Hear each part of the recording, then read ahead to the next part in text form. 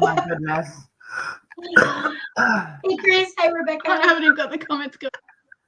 Hi, how are you guys? Oh, I always get sharing. I'm just sharing. How has the day been? Morning, evening, middle of the night? 2 a.m. almost was late. Yeah. Hello. Yeah, guys, share us out everywhere. Spam the group. Spam your friends. Spam. Spam. Let me do my usual. Just hope that whoever I share to doesn't mind. Some of my groups are getting really far down, and I have to keep scrolling. Did you say some of your grapes have been really flattened down? Thanks, Mila. Hey, did I just say? No. I said some of the groups that I share to, like they're getting further down in the list. The groups. I heard grapes. Yeah,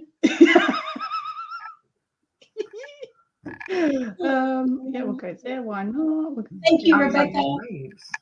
I can't share this one. Yeah, I'm about to hit your page. There we go. Flick it to your page too. I'm Crystal from Canada, Ontario. My auntie lived in Ontario, Canada. She did.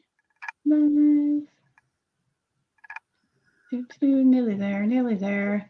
So, guys, we're here to do live readings and healings. If you would like, I'll concentrate while I'm doing this. If you would like a more in-depth guaranteed reading, I do have the PayPal link in the description above, wherever you tap the screen and it will drop down. There are healings on offer. So if you are after a healing, please pop your name in the comments and what you'd like healed. And Tracy would love to do them if she gets time. We will go to those that we are drawn to. I don't do lists. Okay, I think I'm done.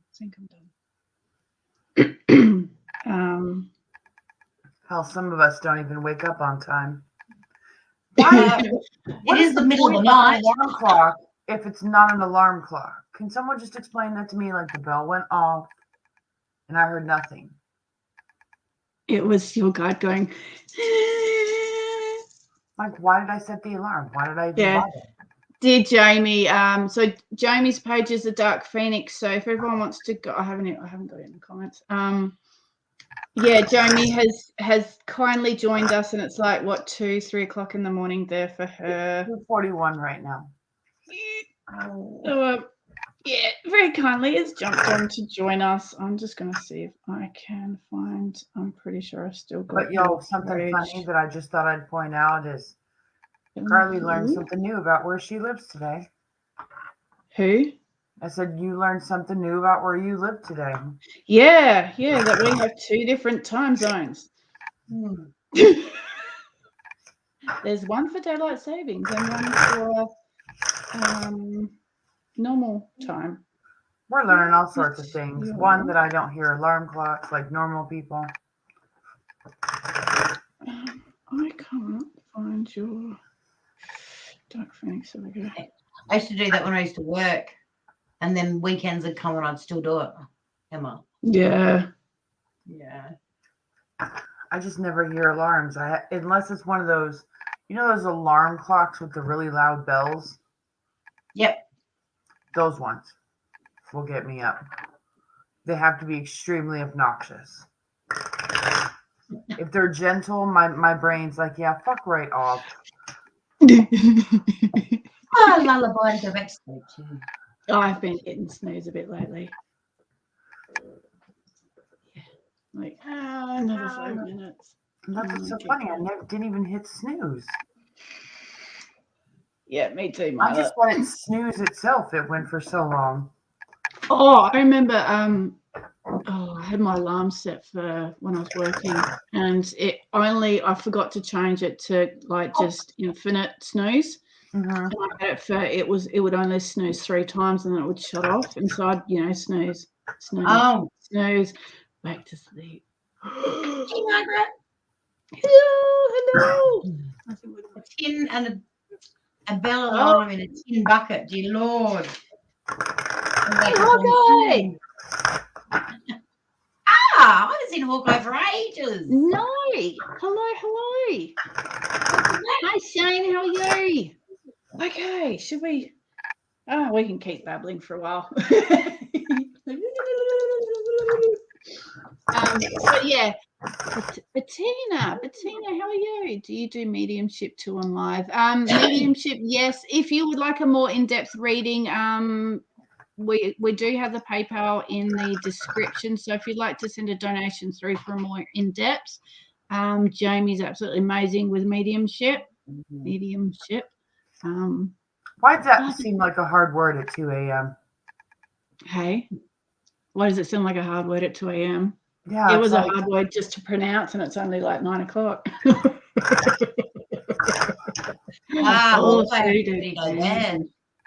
Listen, we're just gonna whisper like that one kid on that one movie. I see dead people.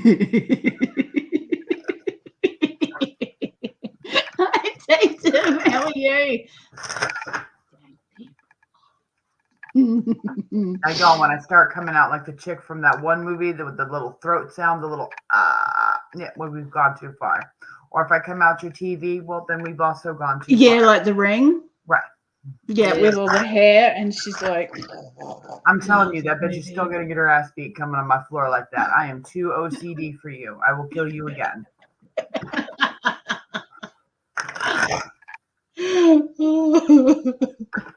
You're now in Ellie Beach. Where's Ellie Beach?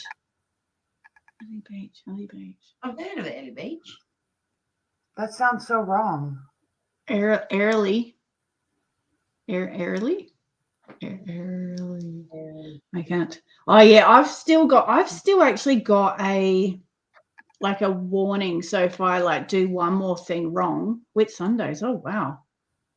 Yeah, if I do one more thing wrong on my Facebook account, I'll get another, ban. It just sits there. It's like the yellow triangle with the. I'm like, ooh, okay, I'll behave. My last ban, they didn't even tell me a why or anything. I just got up one day and I couldn't use Facebook anymore. Told me I'd been banned, and there was no telling me why. It was showing me nothing. I think it's because people report it. They don't like the content, and they report it. Or if you go against their community, like if something pops up against their community standards, like their little radar, yeah, they hit you for that too. And I think once you've been done the radar, yes. Listen, they keep it up and we'll hit them with spirit. Yeah, we'll get them. Skitch. We'll send them an alarm that they can't hear either and see how they like us then. Backup account now. Yeah, I probably should have a backup account. Good now. Oh, good work. Hi, Good morning. Hello. We are all well, thank you, Hawkeye. I hope you are too. Hey, Leslie, how are you? Yes, I'll do the spiel again now that we've got a few people here. So we will go to those that we are drawn to. We're offering 3 for free cards. 3 for free. So short readings for the free readings. If you would like a more in-depth reading, please send through a donation to the PayPal link that is in the description. Also, if you are after a healing, please pop your name in the comments what you'd like done. I'm pretty sure Rebecca's popped her name in already for that. So Hi, Kelly. I know that name, Kelly Ward. I recognise that name as well. What kind of healing Yeah, so- you after, Rebecca? Sorry, Carly, I do that. No, go for it. What kind of healing are you after, Rebecca? Just so I can write it down so I don't forget, Dal. I just. Oh my god, even if I write it down, I wouldn't remember. I'd look at the list and wonder when I wrote it down. I can't tell you how many times I've done that. I'll make a list like for groceries or something, and then pick And up then the you list and forget be like, the list. yeah, I'm like, when did I make this grocery list? Oh, As it's you go, probably an old one, and I'll throw it out. Yeah. I always forget the list. Yeah, I had to write let it. it go. Yeah. I had to let it go for seriously. Hi, Kelly. Mm. Okay.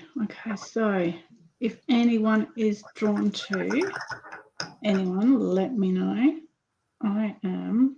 Got you I'm down, done with Angelina. my coffee. Oh, I should have got another coffee. Why didn't you get a cup I when I drank told you one. I was going to get a cup? I know. I was finishing mine. I was doing the same. I had one ready and then I drank That it was while your we're sign chatting. right there.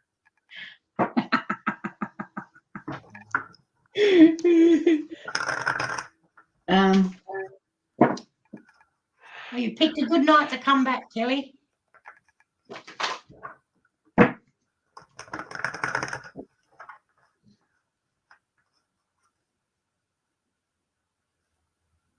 Okay. All right. Busy talking. I am going to grab Hawkeye for my. Sorry, Hawkeye, you get my warm up reading, buddy. I need to learn to hear better because I could have just said you're going to grab Mark High. I'm like, who's that? I'm going to grab Hawkeye. When the medium can't hear, y'all. When the medium can't hear. No, well, Tracy said I've been mumbling all day. Yeah, you have. Well, listen, I'm too deaf for you to mumble. Next thing you know, I'm going to put you in a coffin. You'll be like, something about bed, and I'll be like, coffin what? We've got a donation from Ismeta, so we'll get her. We'll just do what we call a warm up. I'll get Kelly. Say that one more time because I know it wasn't mentor.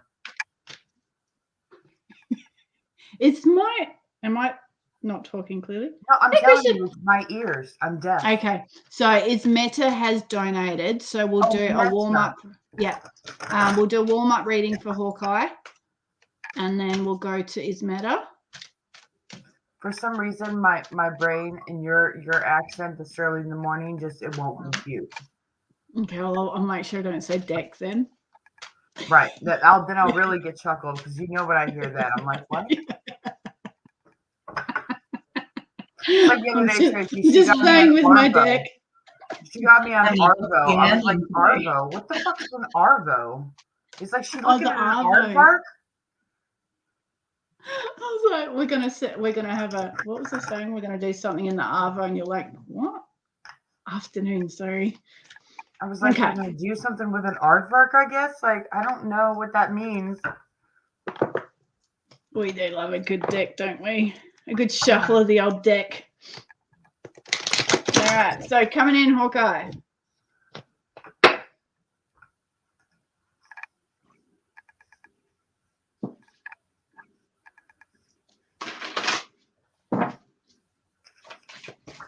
Now, Hawkeye, have you got anything going on with your left shoulder running up your neck? I don't know whether there's a tightness. I feel almost like my head's being pulled to my shoulder and my left is starting to block up too. Oh, I suppose that sounds there.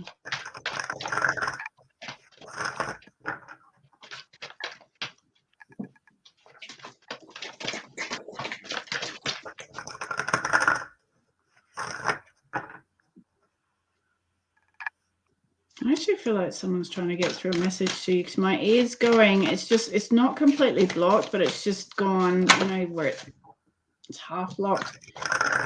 sometimes that for me is you're receiving messages, but you're not hearing them. You're not connecting. Maybe try sit with in some quiet time when you get a chance to, and just try and connect to your guides. No, Rebecca, it's not funny. That's an illusion. It's just severe tired. Oh, you were sitting. I was sitting in my head like that, so just then. Okay, cool. I do feel like there is something trying to come through though. So just when you get a chance to, just sit and ask for you guys to step forward and see if they've got any messages for you, and just be open to receive. Okay, so what I've got coming up, so I feel like you're in a place of unknowing, not knowing where to go, trying to look at different avenues. You know, which direction do I go? Am I going to be good enough for this? Am I going to be good enough for that? You know, all that kind of oh God, I can think as a word, but I can't say it. On the precipice of something. But you're just like no, I don't. Yeah, so just it's like you need to start writing down things, making a list of what you want to do, like where would you like to go. So, you know, where do you want to be in a year's time, strategy, all those kind of things, planning. I do feel that you're still not seeing yourself how other people see you. You are rare and free, but it's in the reverse. So it's like you're not quite seeing that you have a beautiful gift. You've got wonderful things that you can offer other people. So just start on those daily affirmations for yourself. Yeah, there is something about being blocked, restrained, something not being you maybe you're feeling a bit held back somewhere. So it's just start doing all those affirmations, planning, you know, write it, do a vision board if you need to, and that might help shift some of this blockage on what direction. Your guides may be able to tell you. Just start really sitting in your intuition with it. Okay, that's what his guide was just telling me. What? Why he's blocked.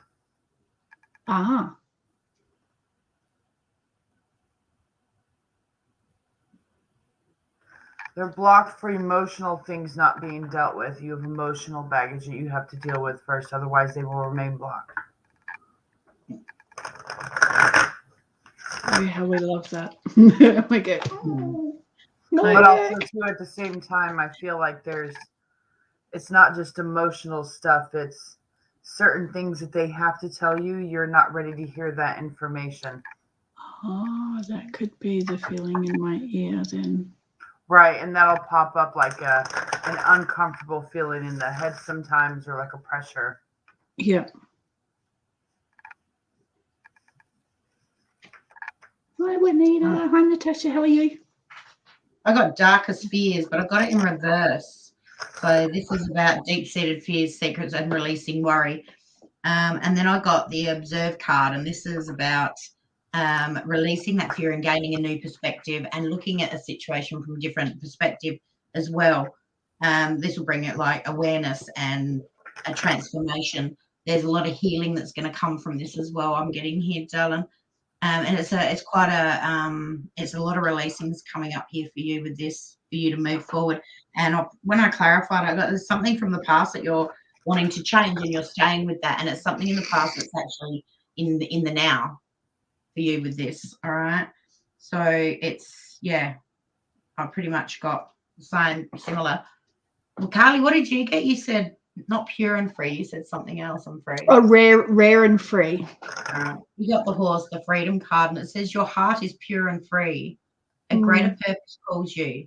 You have unlimited reserves of stamina and strength. You follow the winds of change and you accomplish your dreams. So let go of the worry, let go of the fears. Release that shit. And away you will go. I wish it worked that way with my spirits. Hawkeye, I think Tracy, the bit that you're asking about, what was that? I think that was Jamie was saying there may be something that you're not ready to hear yet. He said he missed a bit, and I'm thinking it might have been that. Hi, Leandra. Leandra. Leandra. Has been struggling with substance abuse.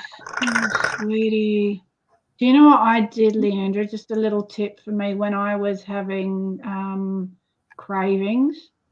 I actually asked all the archangels, especially like Michael, Raphael, and I said, I trust in you to help me through this. And within 5 minutes, like my arms were burning. And yeah, within 5 minutes, I managed to be asleep. It's like they lifted that urge, that feeling. So I hope if you can maybe try that, sweetie, if that might help. I might try that with the fag. Yeah. Yeah. Thank you. It was, yeah. My relapse lady actually said, try saying, I trust in you to help me through it. Because I was saying, please, can you help? Yeah. You're welcome, Hawkeye. See, now my third eye's waking up and spirit's coming in. Immediately I have to wake up. Wakey! It's like, come on, Braid, wake up. All right, so we got Ismeta. Yep. Hello, everyone who's joining. Yeah, so if anyone is after a guaranteed reading, like if you really want to get a reading, because we will go to those that we're drawn to. We're not going to be on all night. So if you are after a guaranteed reading, I would really love to get a message. Just send through a donation. It's whatever you can afford, so just send it through. Let us know that you've donated and we will get to you. So who we're doing is Meta. Oh, clear the throat. Now we're all talking about cigarettes, my vape. I could have sworn. I just never changed. mind. Hey, Well, my hearing's tripping. your hearing's tripping. But I just realized why. One of my spirits is deaf. Oh, well, that would make sense. And I'm already hearing impaired, so what I have here is a failure for my ear to communicate.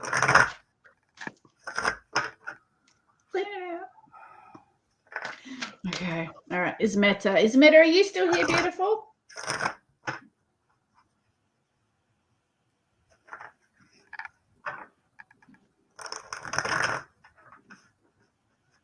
That looks profile. No, that's not.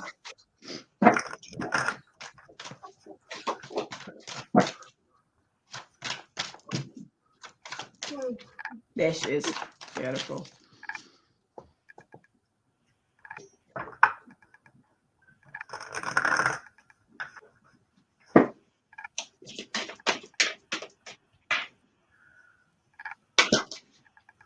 We're reading Ismeta, right? Yes. Yeah.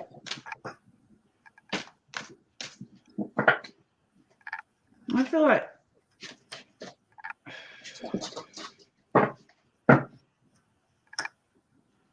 are you a little bit anxious about something, sweetie?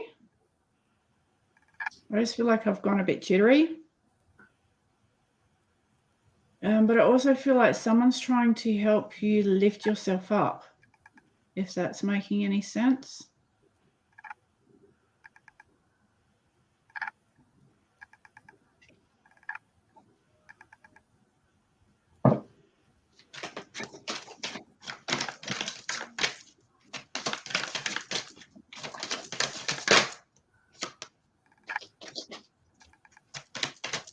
Okay, all right, sweetie.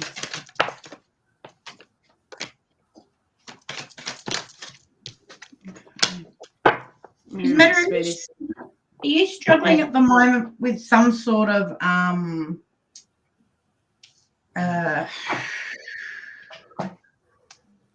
betrayal of some sort?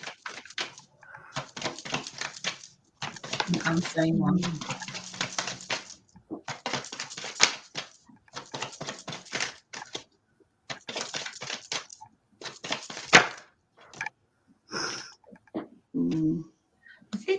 Do we have a reading with this already?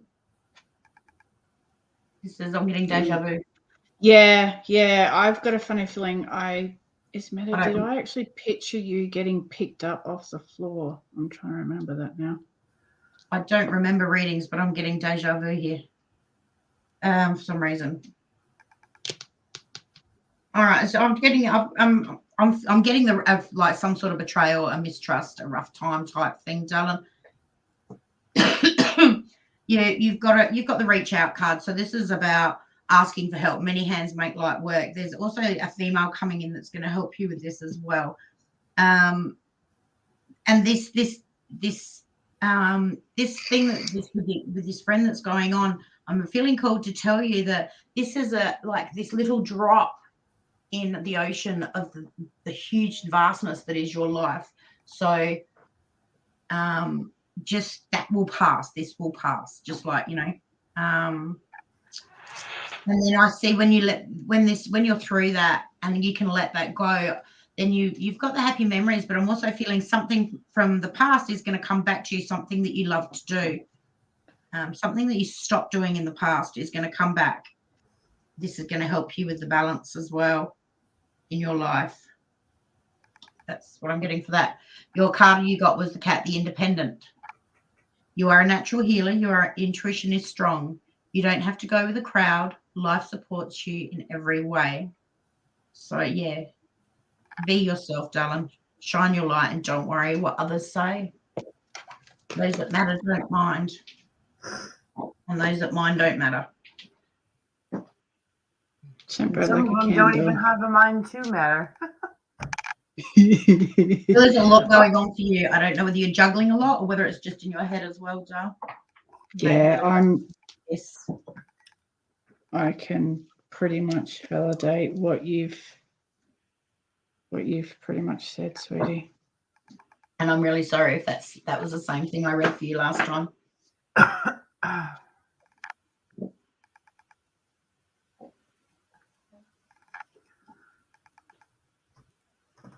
Yeah, I got the card of rejection and self-love, sweetie. Ooh. Leslie. I'll grab you, Leslie, if you hang around. Not in my head, definitely. I'm talking to guides. I'm not being silent on purpose. Yeah, no, that's okay. Hey, Caroline.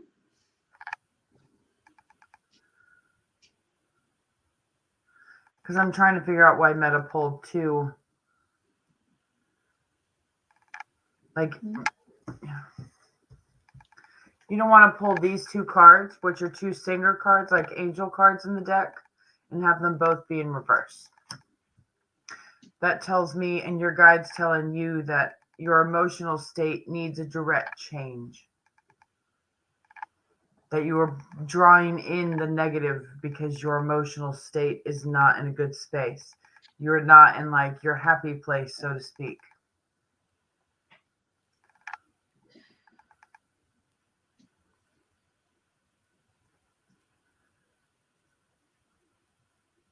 But your guide also tells me that you're grieving a loss too. So that could be why also you feel emotionally all over. Mm.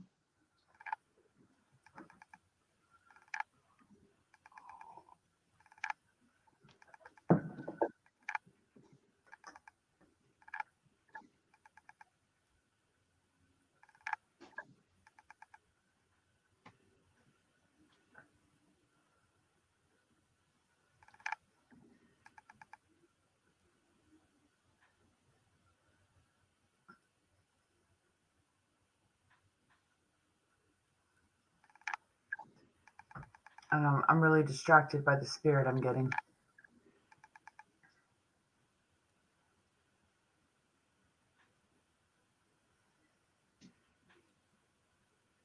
That was trippy. You guys almost look frozen. I'm still here.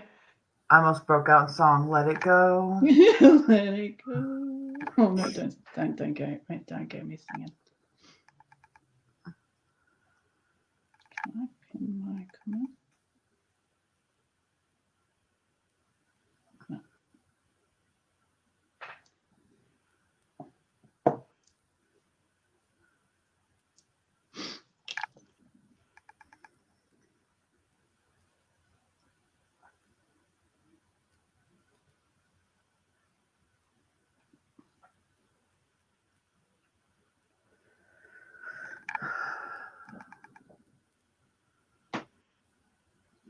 Sorry, are you waiting for her to comment? Oh no, I was done. That's all they Yep. wanted to address was the guide Yeah. wanted to address that state because you have to switch it. You're blocking yourself from everything. Yeah. And you don't want to do that. Your guide says that they've been trying to get you to move forward, but you're negating moving forward. It's kind of like staring at the tower card. Some people don't like being confronted with the tower card when they know a big change is coming. Mm. Lot of self-love, sweetie, and kind thoughts to yourself.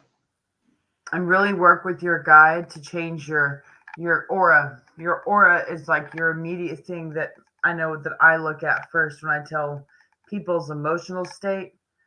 And your aura comes out black and blue, like it's been damaged, like it's hurt.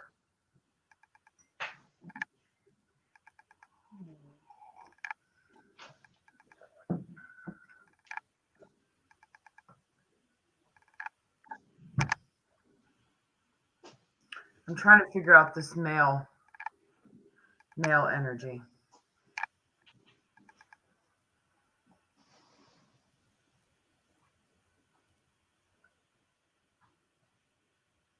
Newbie problems.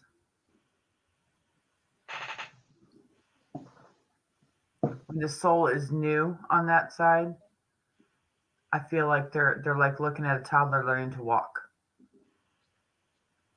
That's the only way I can explain it. Like they look so different because they're accidentally floating through walls and coming back on, whoops, didn't mean to do that. They have no control. They haven't learned that yet.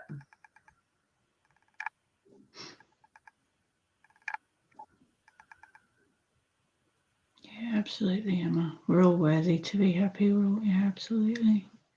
We all deserve happiness. It's going to take more than a chakra healing meta for that. You really have to start doing your inner work, and you really have to start doing your inner shadow work that you avoid because it's complicated and it's hard. You can't do that. You can't negate what you need to be working on and then expect the universe to read that energy and bring you things you want.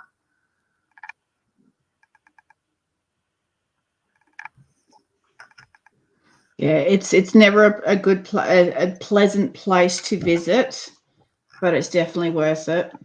Absolutely worth it when you start going there. Start with inner child, sweetie. There's a lot of guided meditations that you can do on YouTube. People can give healings, and it can give you that kind of adjustment to try and get you to a place where you feel like you're able to do it. Sorry, Juanita, we're talking to Ismeta. But we also ourselves need to keep the daily maintenance going as well. Been meditating last few years, already started. Oh, thank you, Emma. Oh, okay, you don't know for someone that needs. Thank you. I did see someone. Who was that? Someone with the. Let me just do a bit of a scroll.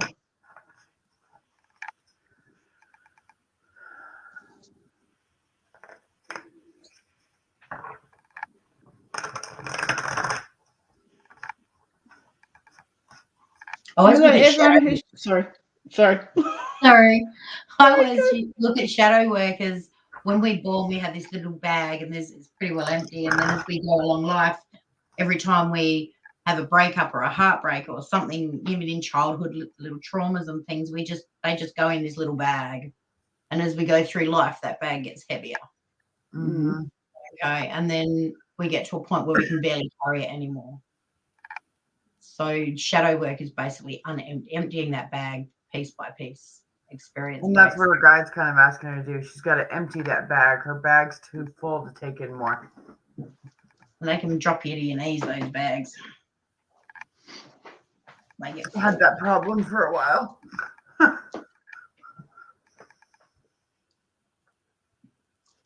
Okay.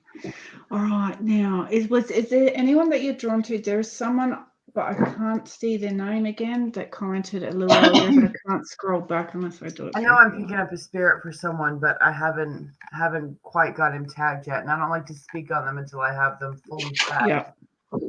It's like herding cattle out here, you guys. Like, I want to make sure my livestock's tagged before I read them.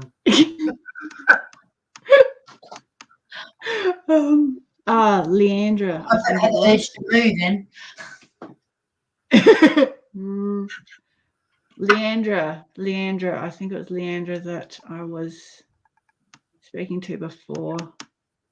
You guys, let me go kidnap my dog real quick so he's not going to keep my roommate up since I'm up. Okay. Hi, Sheila. How are you? Leandra, are you still here, sweetie? Leandra.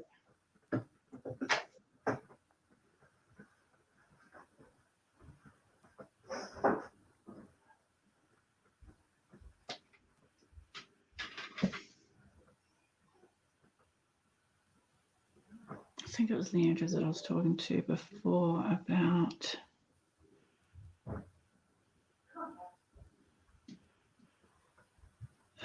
Yes, I've seen that, Angelita. We're just going to do the donation reading from Emma. She's donated for someone, and then you're next on the list. Beautiful.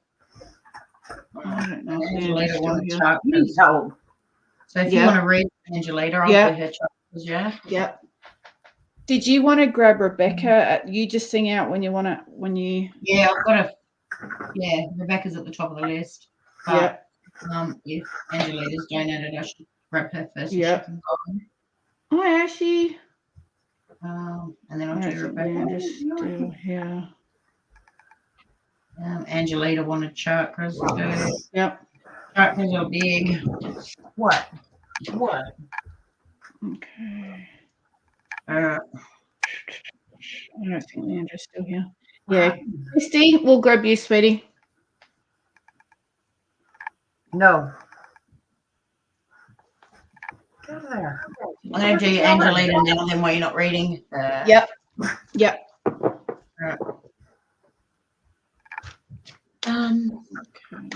Yeah. Lay down. So what I'll do is I will, maybe if I start doing this might help. That means I've got to be in control of the comments. My wandering Doberman in the background. Oh, really? Cash, come here. Cash? Really? Cash. Like Johnny Cash? No, his actual name is Cassius. Ah. But I call him Cash, even though he's basically a food whore.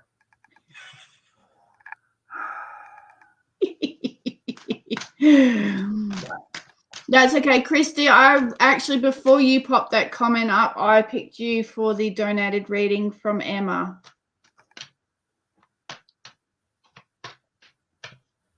Yeah, so if you do want to send through a donation, tap on the screen, or there are 3 dots at the top of the live. Go on that and it should bring the description up. Who are we reading for now? Christy Schroyer. I really hope I didn't destroy your surname, sweetheart. I'm really sorry if I did. Okay.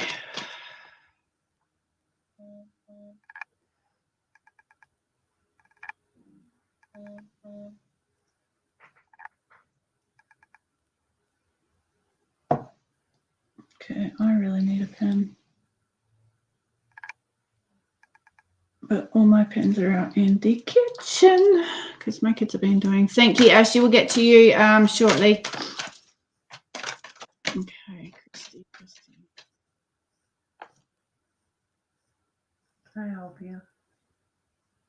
Yes, please. Apparently, I can too with this one. Christy, have you got any pain running across your sinus area, like either side of your nose, under your eyes, like the sinus area at the moment? Almost leading to possibly out to the ears, whether you have a bit of an infection going, sinus infection, ear infection.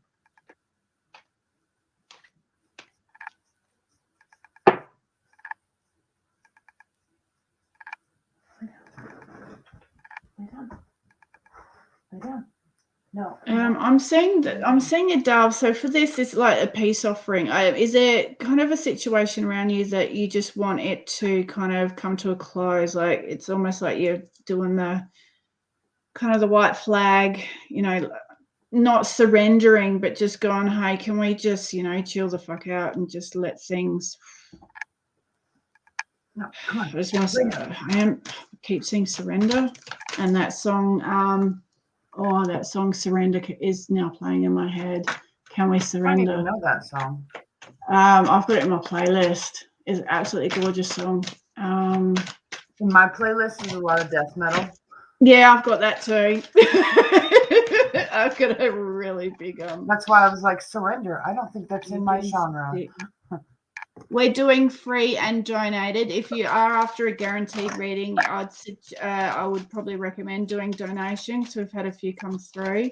All right, you've been sick for a week. Okay, cool. Thank you for validating that for me, sweetie. Out. Out.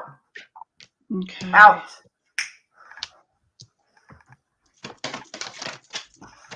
That's only a toddler.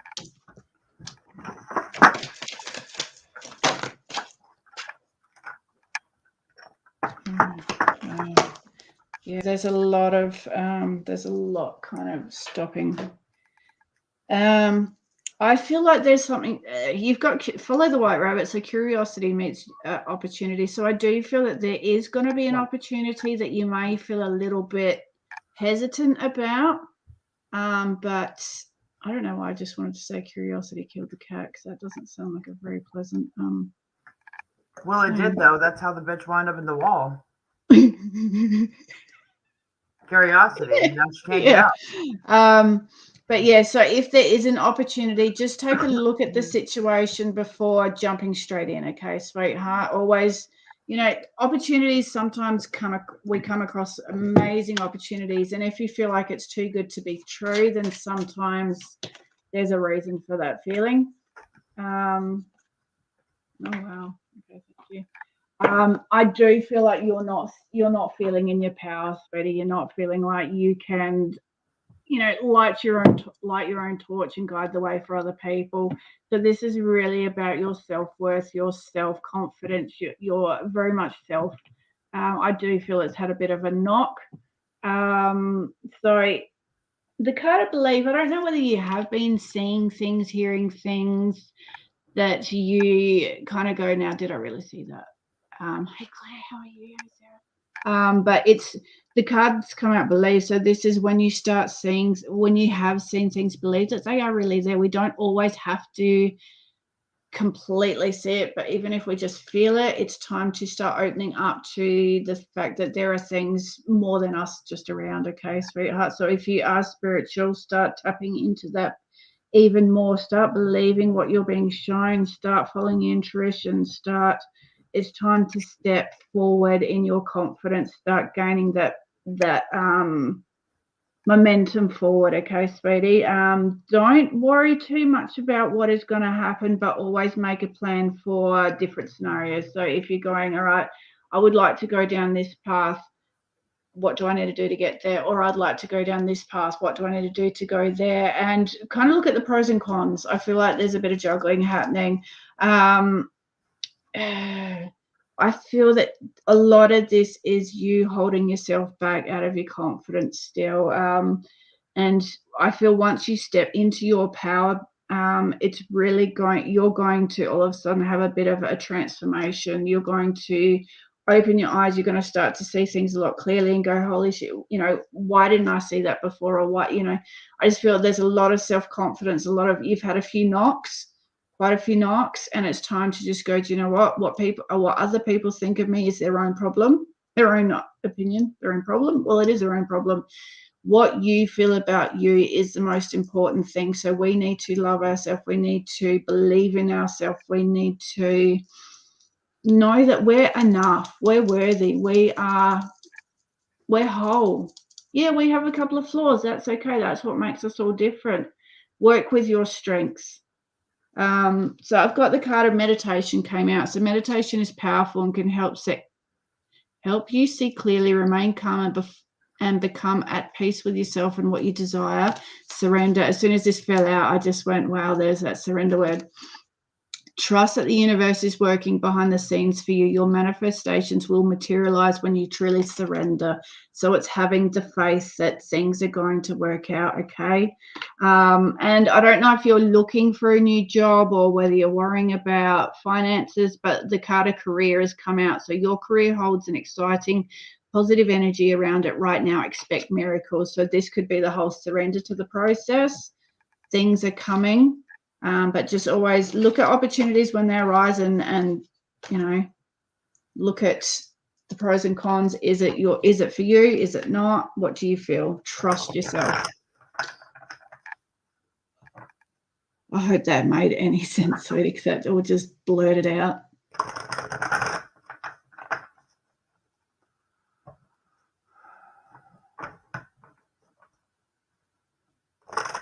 Oh, sweetheart. So there will be another opportunity come up, okay? So don't lose faith in that, okay?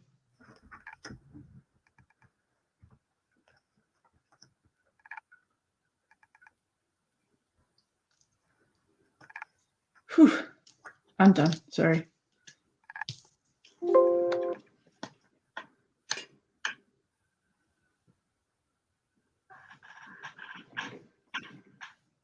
Emma, that's a no-brainer. Well, so I did start reading that. Should I keep a ginger kitten, a stray cat, rot? Do I already have a kitten? I would say yes. Oh, sorry. I hope they're happy tears, sweetie.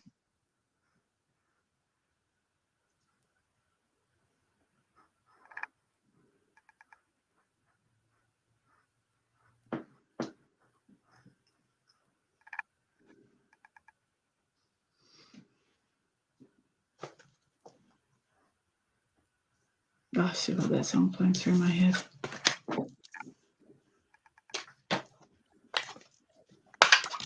You're welcome, sweetie. Aww.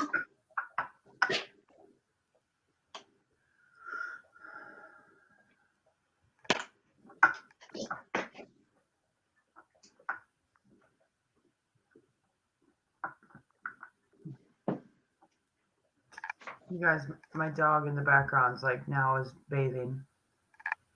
A big old black head though, y'all. He's got such a big head.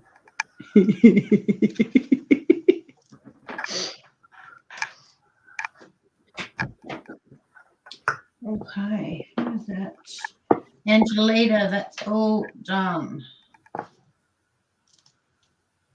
Lots of water, Dal. Drink, drink, drink, hydrate.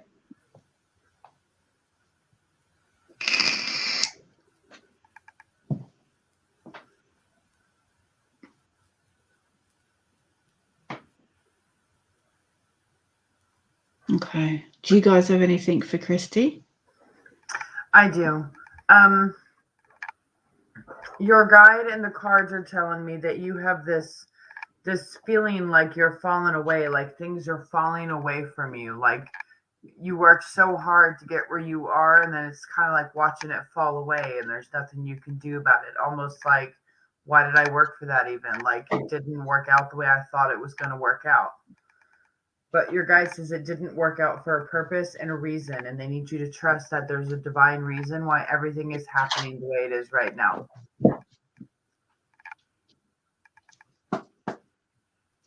Sometimes we have to take great loss to take in great gain. And your guide's telling me that this may seem like a great loss, and you may seem like things are falling away from you or like far, far away, but they're not.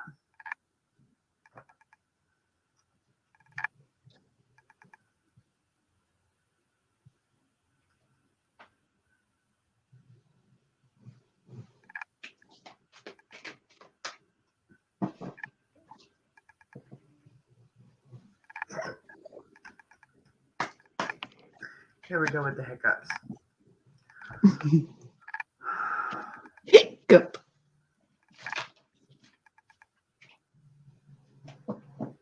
Should do the whole big. For some reason, when I'm really connected to a spirit, like I get the hiccups. That's so stupid. And I don't know why. That's like so, like, what's the point of that? I'm like an infant. Hiccups make me want to cry. Oh. Is it a buildup of energy? Yeah, I think so. It's like from their energy connecting Yeah. with mine. Just something like what kind of with you, except Yeah. you don't get the hiccups, Tracy. You get that I other. yawn when I heal. I just yawn. Yeah. I'm doing healing Like, now. I just when yawn. you're connecting to spirit, you get that vibrating. Oh, that's whether horrible. it's- But that, yeah. Yeah. Speaking of yawning, Hey, I get Don't my know where soul all this- does like speaking of yawning, I spasm. yawn. Yeah. Build up. Whew. I finally got that spirit that I was after. Cool. Oh, good. So did you do something for Christy as well, Tracy? I just pulled her a card. I didn't yeah, you got the dragon. You got my supernatural card.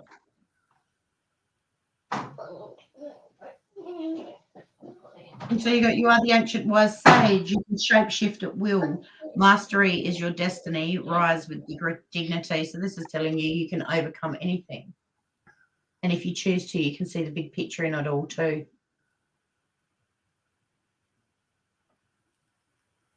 Oh, you little ham.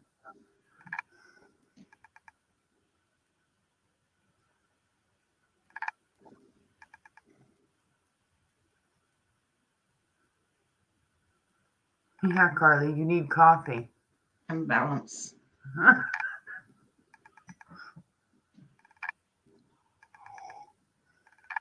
Balance.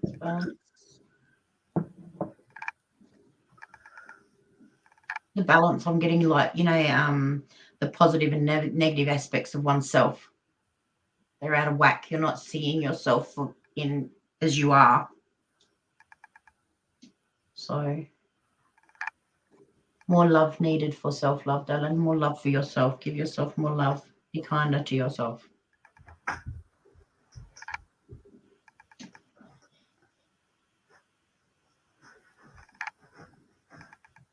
Yes, good girl. If it was on my doorstep, I'd be going, no, I don't want any more cats. But you should keep it if it was brought to you.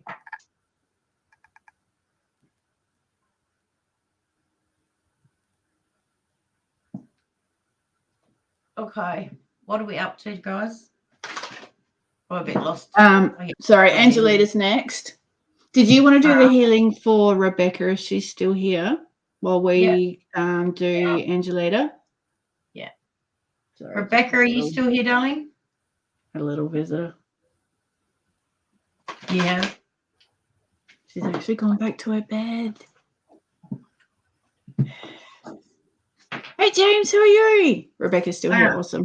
Hello to everyone who's just joined us. Okay, so we're doing Angelita. Do you want to do your... do you need to say anything to Rebecca before we start? No, just to relax. Make sure you get a glass. If you haven't got one, get one straight after and hydrate afterwards. And I'll see where we go. All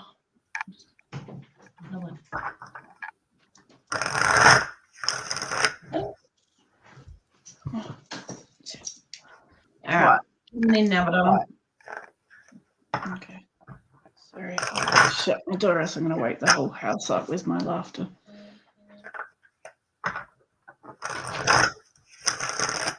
Okay, so we've got Angelita and then Ashley's after this. Okay, so I need to, hang on, let me do I better do the professional thing and get rid of that. I hate working these. Where is Angelita?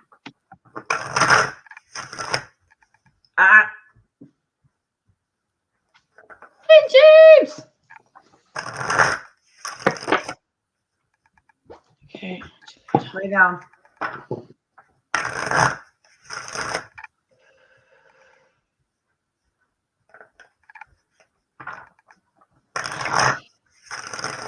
Let's see. Rebecca. What? What? Didn't sound back up so I can hear. Rebecca,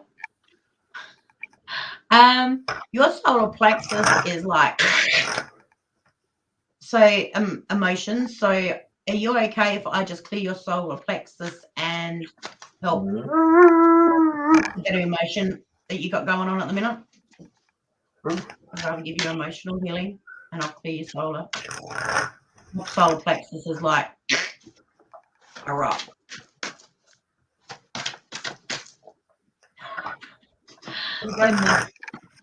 He doesn't like it when you stick your tongue out at him.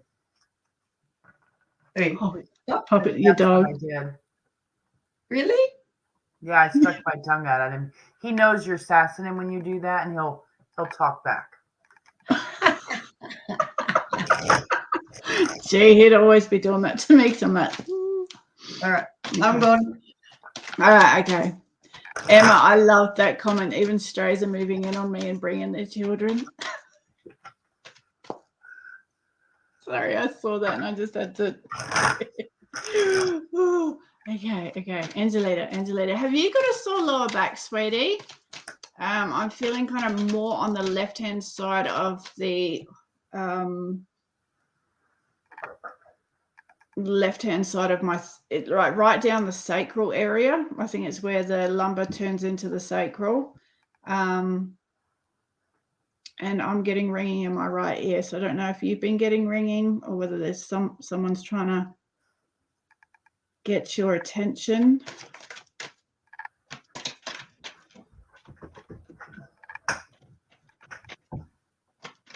You need Jesus. Seeing a bell ringing. Hey, Brandon! Hello. You better quit sassing me, punk. Nobody asked for your A lot of attitude, ringing. Dublin. Yeah, getting it in the right ear. Have you got anything with your lower back, sweetheart?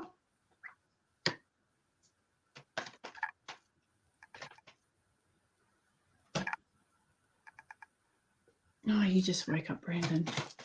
I had a nap today too. I had a nap today too that almost made me late.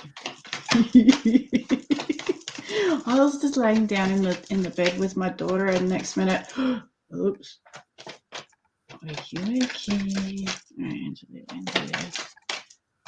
So I can go for Angelita if you guys want me to. How you got what? I can go for Angelita if you guys want me to. Yep, go. I'm just pulling cards. So for you, Angelita, I pulled the Prudence and the High Priestess. The Priestess in the Mirror of the Soul is in reverse position, which lets me know that your guides are asking you to be more emotionally vulnerable.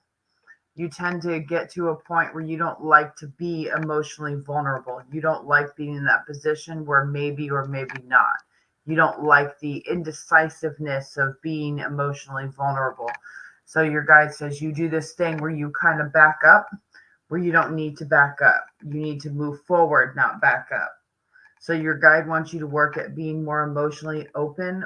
They want you to work on being more emotionally accepting of things that people offer to you, because you tend to reject things like that. You tend to reject any emotional connection.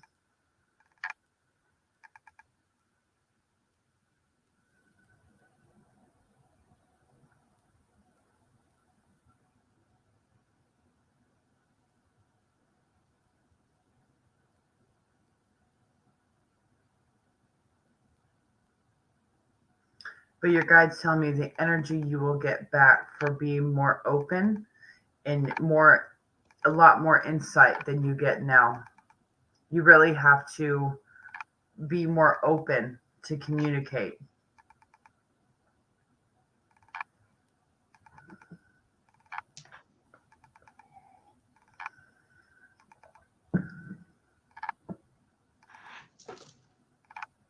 What? What happened? You're like a stalker I didn't ask for. What? Are you not talking to me?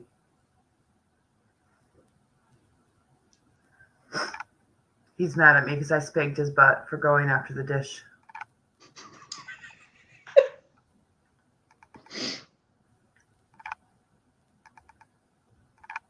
What? You got problems? You mad, bro?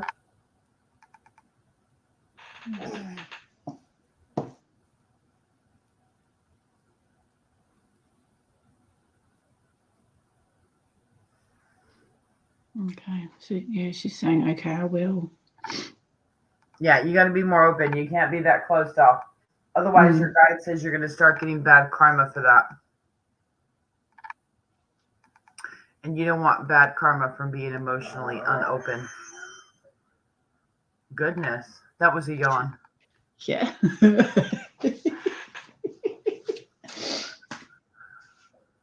a Doberman, they said. It'll be fun, they said. I want a rock. I love you, Jake, but I would love a Rottweiler as well. No. You know you can't go in there. No. Ha-ha. No.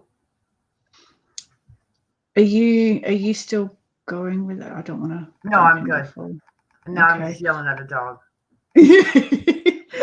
So I've got a moment's regret. So this is looking back at the past and going over all the experiences, the situations, everything, like kind of putting the pressure on yourself that you should have done this, should have done that. Every choice we make is the right choice at the time, because there's always a lesson to I know that sounds horrible. There's always a lesson to be learned, but there's always a learning experience. We'll put it that way. That sounds nicer. So it's don't be so hard on yourself, sweetie, because we all make mistakes. We all make choices that we don't feel were the best for us, but that's what gets us to where we are. No. So it's releasing the burdens, forgive yourself. Completely forgive yourself, okay, sweetie? Just realize that what has happened. What we can do is heal from the past, but we can't change it. So we can, always look at healing from the past. Don't regret anything, sweetie, because you wouldn't be where you are.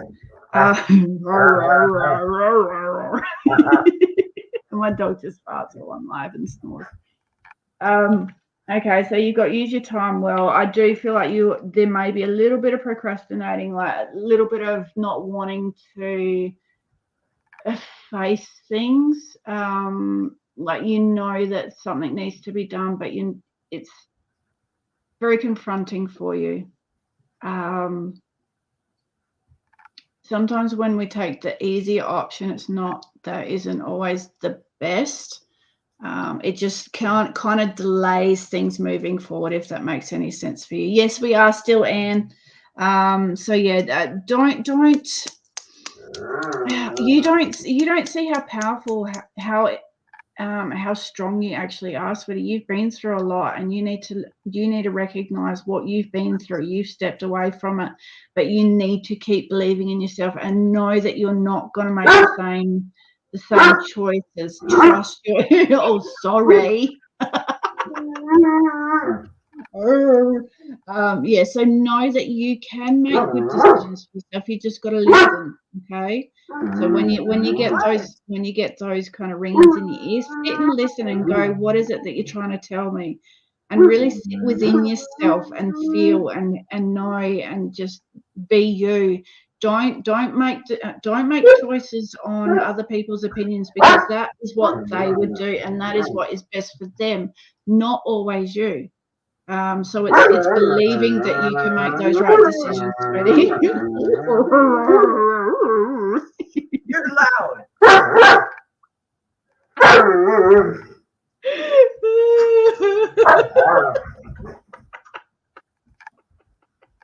This is him all day. All day. I love it.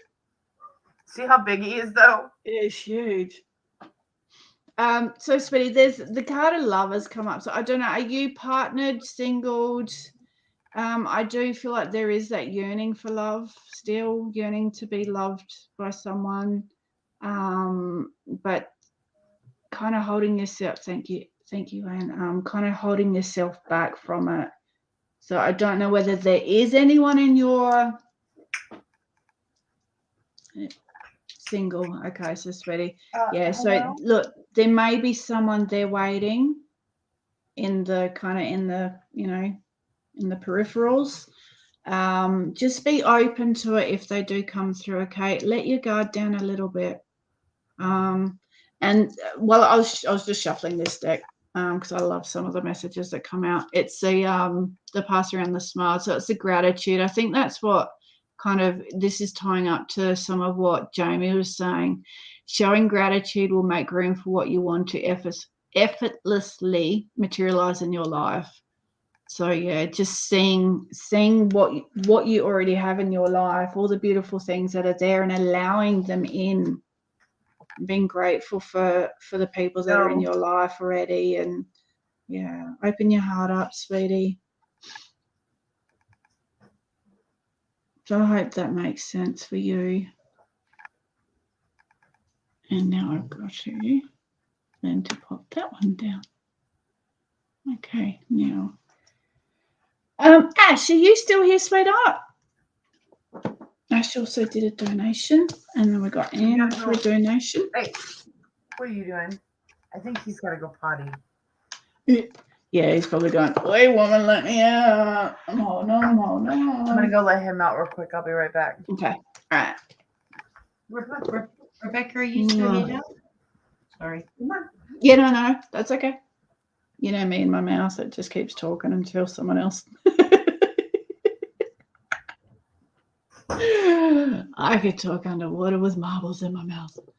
Rebecca, did you go to sleep? You still here? Yes, awesome.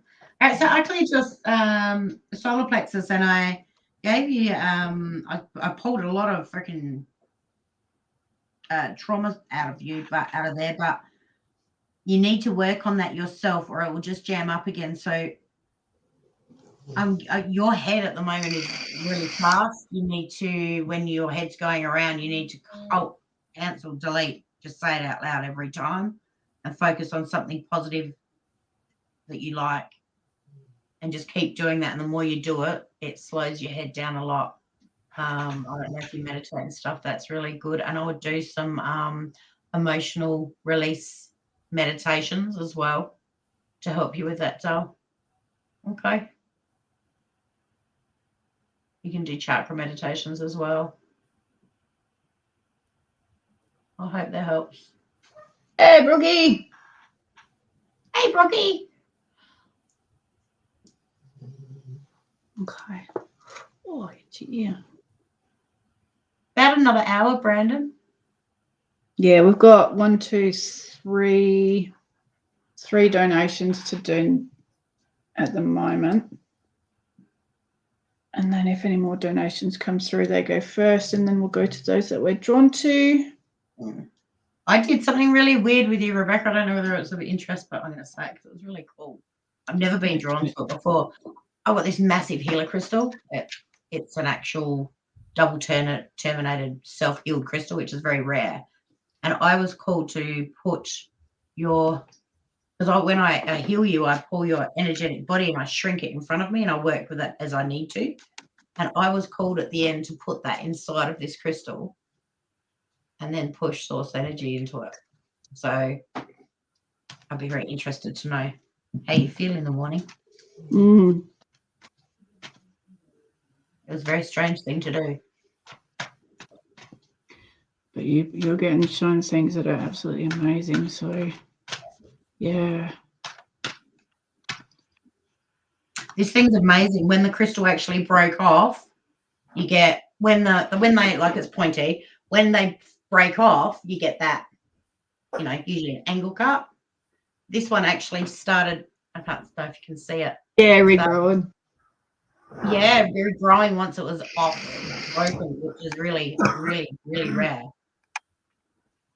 I saw this on one of Andy's crystal shows, and I'm just like, okay, gotta have that one. All right, thank you, Brandon. Let me know when you donate, okay? Brandon's gonna. I also have spirits too when we're ready for that. Okay, we've got Ashley Elizabeth up now. I don't know who Sorry, they're for Ashley. because there's such a large group. Yep. Okay, But I have 2 of them so far. cool. What we'll do, we've got Ash to do, we've got Anne to do, and then Brooke, their donations. And then Brandon's going to come back and do a donation. And then if you want to get these spirits heard, unless they pop up through the readings that we're doing. Yeah, they may be for somebody that we're reading or somebody that we're not. This was because I wasn't hearing the truth. How am I just clumsy? Oh gosh, Leslie. I'm not sure it works that way, though. What's that? I don't think it would work that way. What Leslie's saying?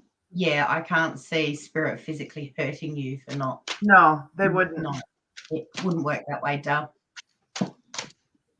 But don't be hard on yourself about being clumsy. We always hurt ourselves. I had a bruise on the back of my arm, and I'm like, what the hell did that? It was huge. I must have knocked it on something. Like it was like, you know, fucking whopper. Wow. I don't remember hitting anything. And clearly I did. Okay, so sorry, Ashley. Sorry. I got the same.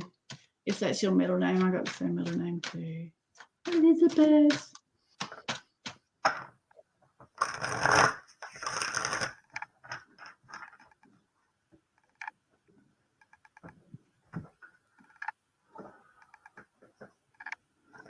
Now, Ashley, sorry, I'm seeing great big stag. So if you would like to look at the spiritual, like the spirit guide meaning for the stag, I can never remember what it is.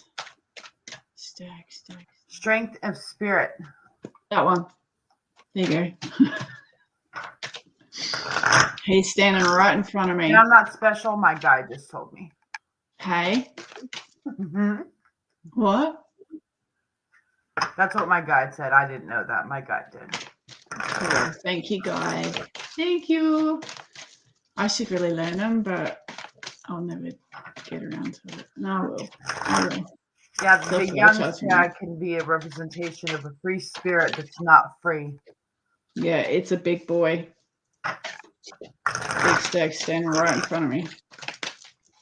So that signifies not reaching full potential of either emotional or inner strength, or the spirit does not feel free. There you go. Thank you for that, guide. He says you're welcome.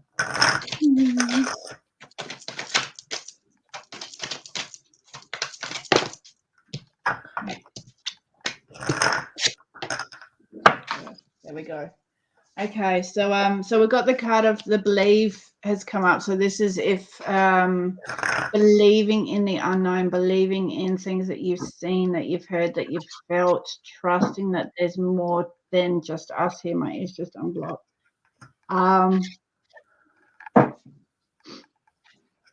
Like if you're ever just sitting there and all of a sudden this random thought just pops back into your pops into your head, believe that that's come from either your higher self, your guides, you know, however you connect with the energies around you. Trust that they're helping you to push forward. They're helping you to get through every situation that you encounter. Just it's having that pure belief in yourself, in everything around you. I do feel there is a little bit of a transformation happening here, as like with the stag, just the stag meaning stepping into your power, pushing yourself, guiding yourself, learning about yourself again. You know, going back, doing the inner child work. You know, healing things that may be coming up, because coming up for you is all of a sudden you're going to wake up. It's almost like I just feel like all of a sudden it's going to be like epiphany. Holy shit, this is what I'm meant to be doing. This is the direction I'm meant to be going in. This is who I truly am. And standing firm in that belief of yourself. You got changed in the night, you've changed quickly. I feel like this is just going to kind of, it's like a little switch is just going to flick that light on. You're going to go, holy shit, you know, I've been stuck for so long and I just needed to see this. Yeah, I've got pretty much the same. I've got the Blossom card. So this is about like personal growth and self-belief. Stepping into your power, you know, that sort of stuff. And it's also about stepping into the beauty that is you. So I just got the two also got the control card. And the control card can mean many, many things. For you, I think for you, allowing things to unfold, darling, okay? Allow things to unfold, detach from outcomes, and it'll take a lot of pressure off yourself. I feel like you put a lot of pressure on yourself. And then you got the rebuild card. And this is telling you that as we grow, we change. Things don't stay the same. So it's telling you to look at where you want to go and be willing to change your path. Where as you change, allow things to change in your life, the path of your life to change. Don't look at the path in your life and see the end result, because you're probably going to end up way over there. You've got to allow yourself to go where you're going to go. That's just a bit of a perspective change there. And in this way, you will end up building the life you love if you can do that. Okay. Let's see if I can get one more for you.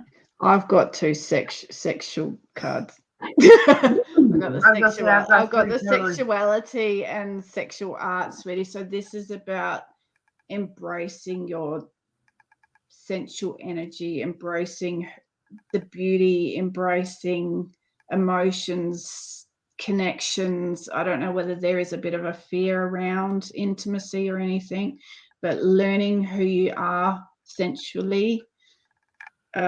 So I'm just going to leave it there and not get too awkward with that. Why you gotta make it awkward though? Because if we don't know ourselves, it's, you know, it can make things uncomfortable.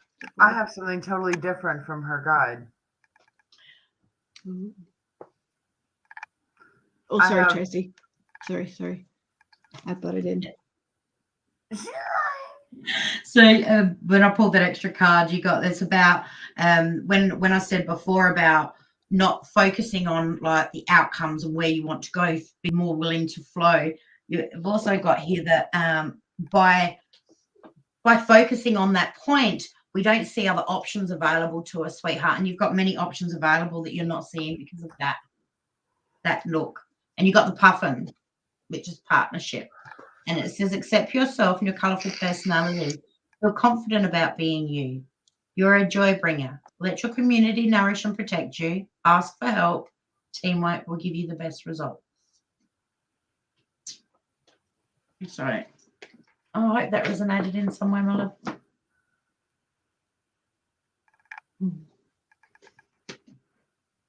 Oh, are we waiting on me now? Yeah. Yes. So I pulled something different. This is a message from your guide, who's a female, by the way. I don't know if you're aware of that. She says the first card you pull is the Hangman. And usually when I pull the Hangman first, that means you hang yourself. It's an upright position, so you emotionally hang yourself as well as spiritually hang yourself. So you block a lot more energy than you think you do. It's not just being emotionally closed off. When we're emotionally closed off to others, your guide's letting you know that you're emotionally closed off to everybody, not just certain things that you think that applies to. It applies to everything. So when we emotionally guard ourselves or when we emotionally block ourselves, you are literally hanging yourself. And your cups are not as full as they could be because you won't allow the energy to flow. And when we don't allow the energy to flow, it's like literally blocking the universe. Why would you want to do that? You don't want to block the universe from bringing you growth or bringing you positive change or bringing you things into your life. So your guide really needs you to address how you're hanging yourself. you don't just hang yourself on an emotional level either. You self-sabotage things that you're fearful of. So you do things that you know is either going to make someone mad. You do things that's going to bother someone. You do a lot of different techniques or tasks to push people away. And your guide says if you don't stop doing that, like, you're not going to like the outcome, because the more we emotionally block, the longer we become more attained to that habit. Yeah. Yeah. There's a bit of a message for me in that. Yep. It's like, Right. And your guide's calling you out. If you don't stop doing that, you're literally going to start getting karma for that. Because when we start getting karma for our bad habits, it's not going to end well for us. Yeah, it kind of leads to a bit of disappointment on why things aren't working, like going how we.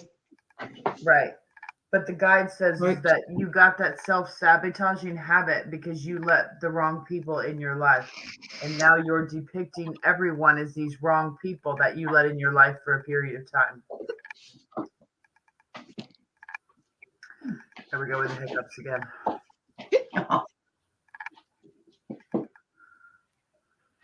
You're welcome, Ashy. Okay, Anne. Is Leslie still here? Have we got any more paid readings, or are we? Yeah, we've got Anne and Brooke to do. All right, then I've got Leslie on my list. If we get to her, Yep. I'll just put them over there. Oh, thank you, Kelly. A couple, just a few. More on the back. Like my top half is kind of full, apart from the front. And then we're going downwards. Gotta go down. Okay, so Anne. And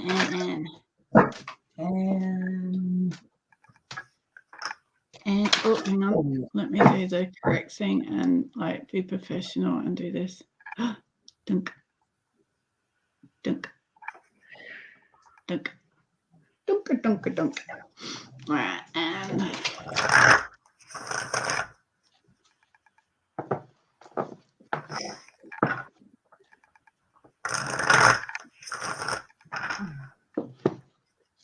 cool. And if you had any kind of, I feel like saying whooshy moments. I don't know what that means. Gushy moments. Sounds nice. Whooshy. Oh. Oof. Oh, do it, Kelly. Do it. Whooshy moments. I don't know what you mean. Yeah. Hey, I'll let me try and get a better description on that. Whooshy moments. I just kind of felt like I was swaying, and then I almost felt a bit off balance, which I don't know where the whooshy came from. You mean like dizzy? Well, it was feeling just a bit off center. But for some reason, whooshy just wanted to come out of my mouth.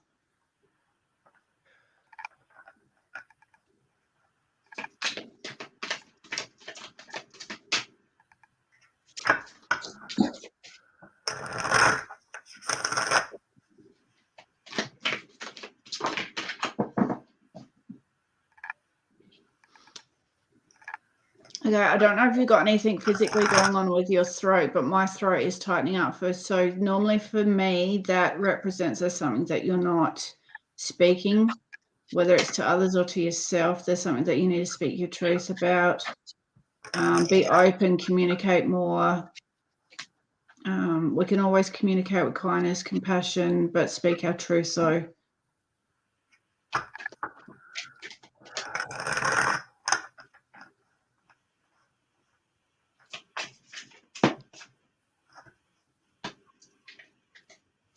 now I'm just hearing no hold back, no holds back. So maybe there is a situation where you need to just open that throat chakra. Set some boundaries. My throat chakra is the last one you want me to open. Yeah, could be blood sugar, could be dehydration. Okay, blood sugar levels could be.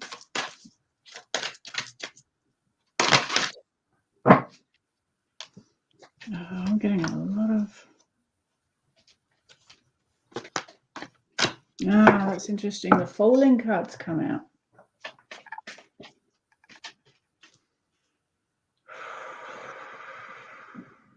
And your guide's telling me to scold you even further in why you are not feeling motivated to do what you need to be doing. Because I see like your guide transferring energy to you, but you're not utilizing it. Thank you. Spirit guides popped out. Like your guide is gifting you something and you're rejecting it.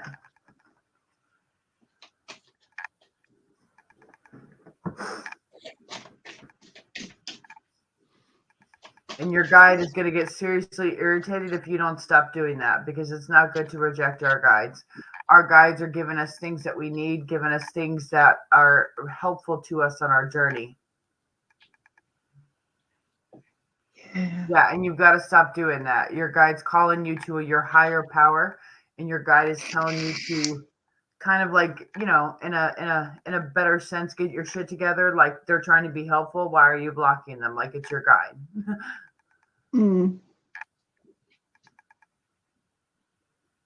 But at the same time, your guide would like you to know doing such habits has actually blocked you from a few things that would have been good in your life, but you self-sabotaged them right out of it before they were even present. And I think you're holding on to the regret of that.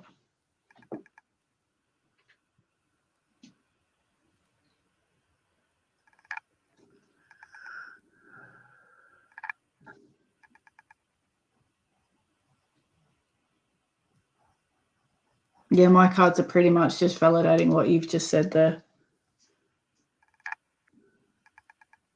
It's about allowing changes to happen, allowing things to move forward. Yeah, release those chains that you're holding yourself back with, sweetheart.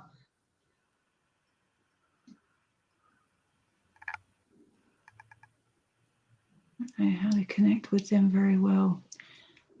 Look, sometimes it just takes time to trust that what you're seeing, feeling, hearing, knowing is, it's just trusting in your gut. And your guide says you have no problem connecting with them. You have a problem with listening to them. So when things pop into your head out of nowhere, pay attention. You guys, if we find it hard to connect with our guides, that is our problem. It's never our guides. It's something we only feel. We at no point in time have any problems connecting with our guides. So if you feel like you aren't connecting with your guides, that is something you are doing on your end. It's another self-sabotaging behavior you have that you don't realize you have. Right. And guilty too. Guilty too. She was like, okay, she's calling out everybody. Like, wow, I'm going for coffee now. Hi, we gotta laugh at ourselves, don't we? Both of your guides are laughing, high-fiving each other, going, 2 for 1.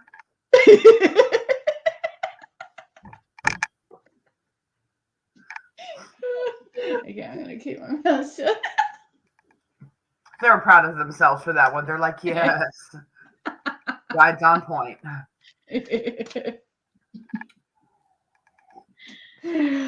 I'm hearing you, hon. I'm hearing you. Taxi cab confessions. On the next episode. Listen, sometimes Spirit will tell me a little bit too much. They're like little kids and they have granola moments. Because sometimes the things your people on this side tell me, and I'm like, I did not need to know that. Oh, God. I've had husbands tell me things they miss doing to their wife in the bedroom, and I'm like, whoa, whoa, whoa. Yeah. You just keep that in the afterlife for yourself. Like, that was TMI. Yep. Argue with your shadow self. And do you know how redundant it is to argue with your shadow self? Our shadow self cannot be argued. Our shadow self is the deep inner truth. And if you are arguing with your shadow self, that means you don't like the truth that the shadow self holds. Well, you can not like it all you want to, Anne, but it's still your shadow self and it still holds the truth of the shadow. Now you're just being a pain in your own ass and just arguing with yourself about nothing.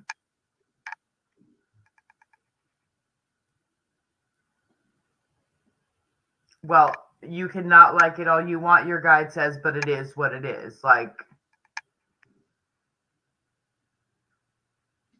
kind of like that expression, and your guide's telling me when you're done getting pissed off, like, be pissed off because it's still the same. Like, did you change anything being pissed off? Right. So your guide says maybe stop being pissed off at your own damn self and start acknowledging yourself where you're pissed off and why you're pissed off. Because it's not the truth that pisses you off.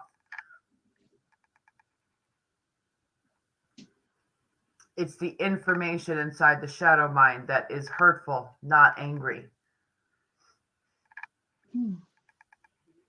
The shadow mind, you guys, breaks down into 4 parts. Our emotional selves, the secrets that it holds, the secrets of our life, and the things that we do not remember happened or affected us. Well, no, you have to think about it because you don't have a quiet shadow mind.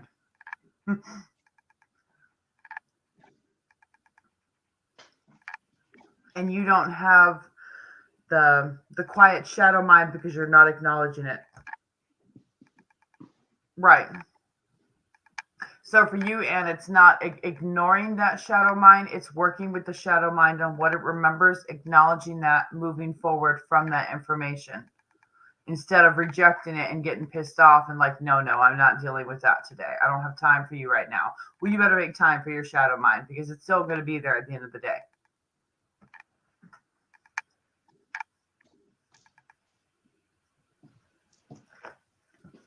Right. And it wouldn't do that, Anne, once you start entering your shadow mind and start doing that work. And when you get to the point where the shadow mind feels like it's being acknowledged, it won't do that anymore. Your thoughts will become a lot clearer and you'll actually be able to hear what the guide's saying. But like I said, you clog yourself right now.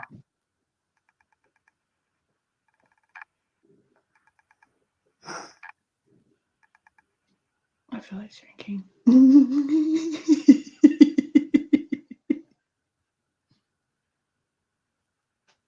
And it's like, listen, I did not come here to get called up on my own damn shadow mind that I'm not happy with either. Comments like, that's it, I'm leaving. And I'm like, oh, I'm being called out. I don't have to add to all of that. That was beautiful. I do get that you like control, darling. You like to keep everything in control, and that is half of the thing that you got to let go here is the need to control everything and learn to flow. And your intuition, I think you've got really good intuition that you don't follow either because you like to control everything. That's about all I've got outside what everyone else has said. That's so funny. She puts, yes, I'm letting go of control, and her guide's going. I do that a bit myself out of kind of fear of not knowing what's your guide says you've had a control problem since you were 2 years old.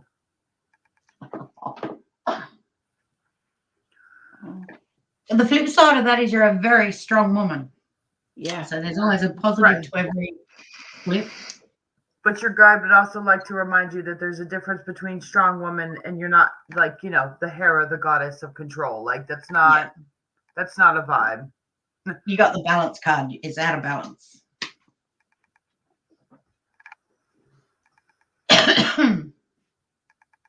Taurus. Yeah, and Tauruses are bullheaded and they have a hard time letting go. Yeah.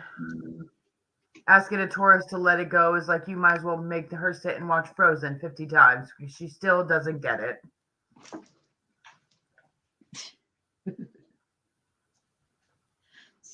So and they know 2 years old because literally your guide's been with you since your first breath.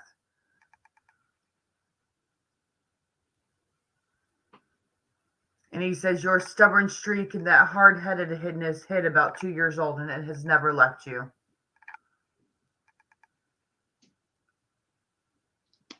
Flush people.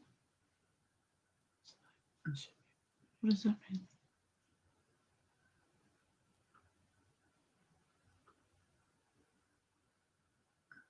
Right, bloody Taurus book, Rick. You gotta love him. My son's a Taurus. So your guide's just telling on you left and right, Anne. Like, come on, get it together. I'll wait. You got this. Your guide believes in you. So what's fluster people? You fluster people. Yeah, and she's been that way since the blunt Taurus. That's literally her incarnate, like the blunt Taurus.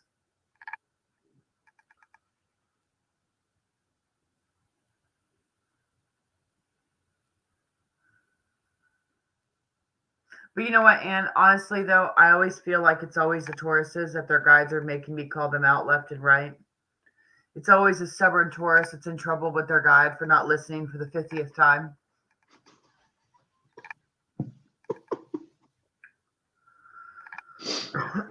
Hell, I must have some taurine in me somewhere too.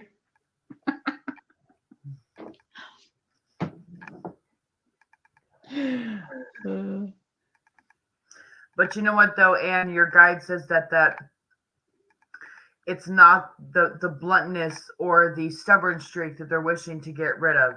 It's that constant sense of control needed that comes with that strong will and that ironclad of like making sure that everything is done accordingly that gets you into trouble because you get overdone with it. Anne says that your guide literally just stated with that comment, well, if she'd listened the first time, I wouldn't need to speak louder.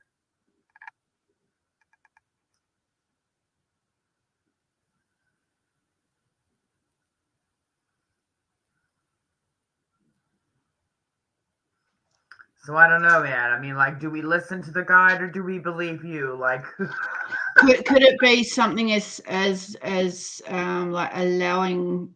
I don't know whether it's. I don't know. I'm just pulling an example here. Allowing people to make, like, try not to give to like people too much advice or too much, do this, do that, because they've got a journey, they've got to learn their own things. I don't know if it's anything. That's just, I'm just pulling an idea out of the hat. I don't know whether that's a scenario if you're still not quite sure. Just more kind of letting things flow. Look at the reason for the control. Where does it come from? Quite often it comes from fear. Trauma. So look at that. and the answer that you seek is in the shadow mind that you're avoidant of.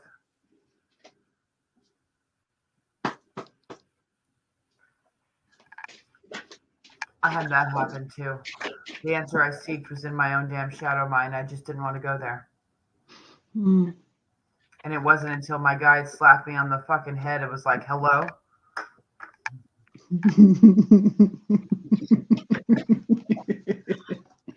We all get it every now and then, don't we?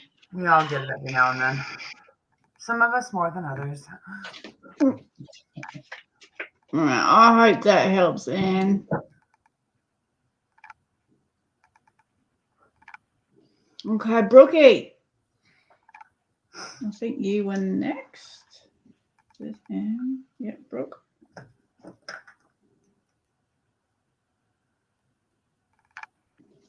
Okay, so if anyone wants a guaranteed more in-depth reading, as you can see, these readings can be like getting a fair bit out of them. If anyone is after a guaranteed reading, please send a donation to the PayPal link that's in the description. Just let us know that you've donated, and we will get to you. We've got Brooke to do now. Brooke, you're after a reading? Yo. Brooke, do you want a reading?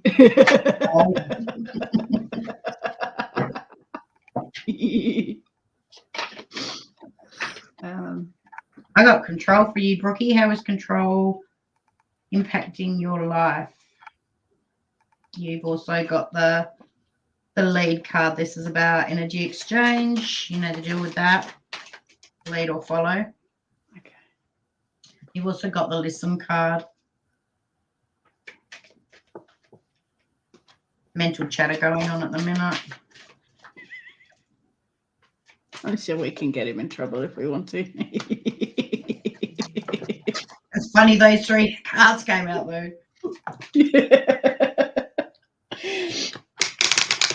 Oh, Brooke, your guy's thinking. He This was like, year- what do I got? It says here, listening is a gift. Be present, quiet, mental chatter. Use all your senses to understand what is being communicated to yourself and others. Wait. Okay. I don't need to read that out loud. You're reading that already, aren't you? I know, I'm not reading it for you. You know. I'm sorry.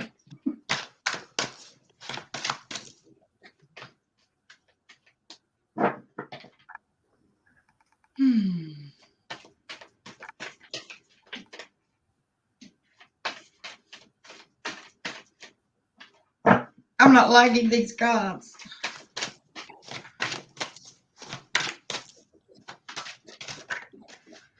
Yeah, I'm feeling that pressure in the head. Okay. I'm going to miss that one. I'll tell you that later.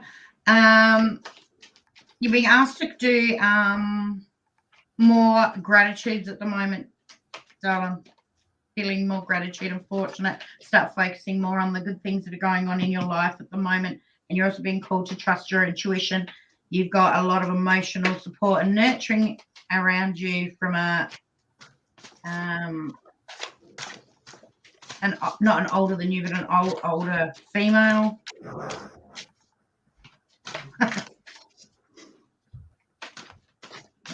Oh, please.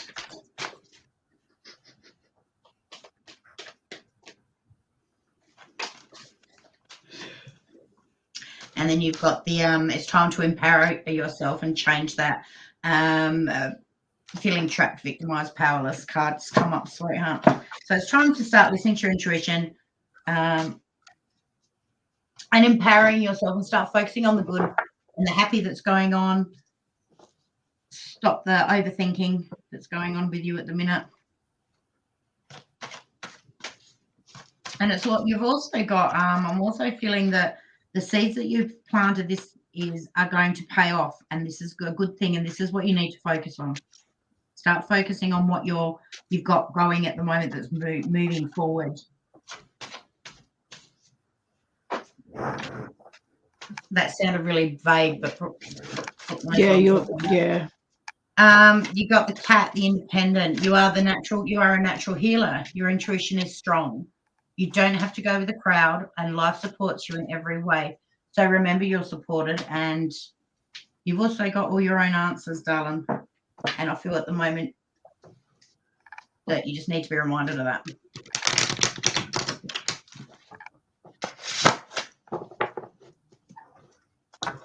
Love you. Sorry. I'm absolutely freezing, bro.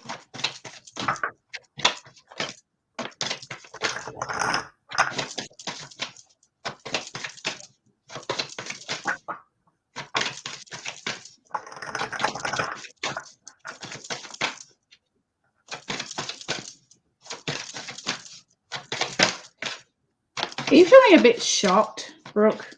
I just feel a bit stunned.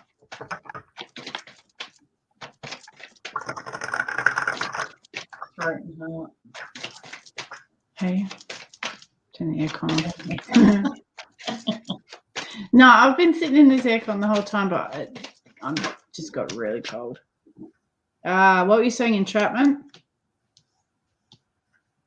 I think I'm just going to validate what you got, sweetie. I've got the card of entrapment, so this is in your own thoughts. You're feeling like there's no way, kind of like your thoughts are keeping you in situations, which I think Tracy was kind of going along the lines of. There is still, I've got the hole in the soul. So this is like the dark night of the soul, going through transformation, looking at the parts of us that we don't want to look at and we need to release them. As you know, we need to look at our blocks and move forward. The card of rejection's coming up. So this is,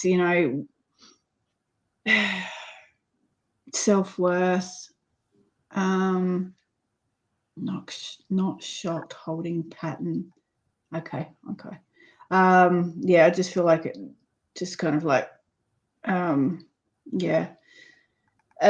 So the rejection, not feeling good enough, not feeling. So just a lot of your I ams see how much, we know how much you're worth. Okay. So it's just you believing that as well. Yeah, that was pretty much just validating a lot of yours, sweetie. What have you got, Jamie? His guide lecturing. Hold on, this is going to take a minute. I'm still getting it.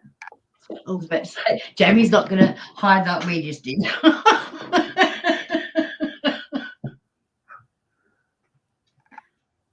Kate, your guide's having me address two things.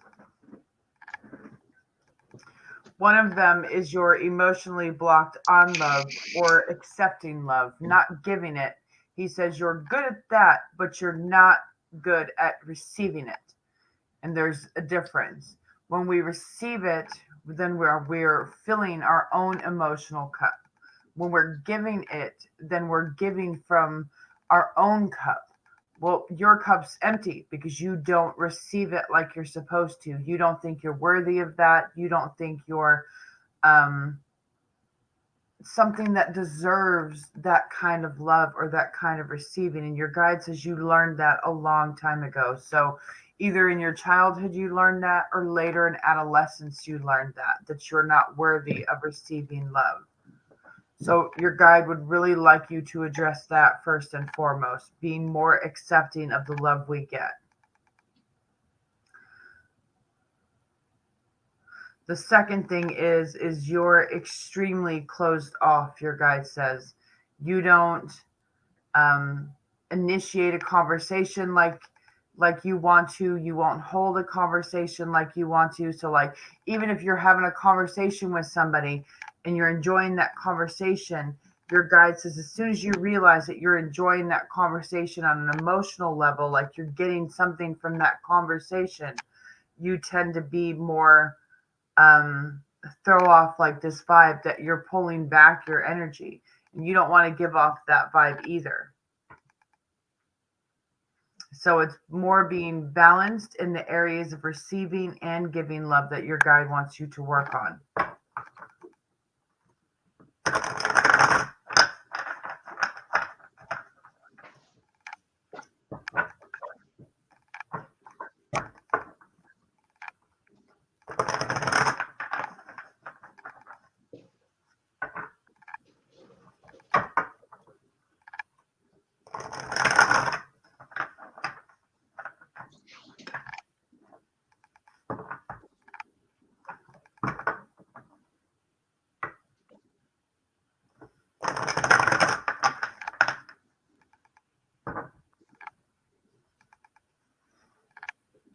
You still going, Jamie?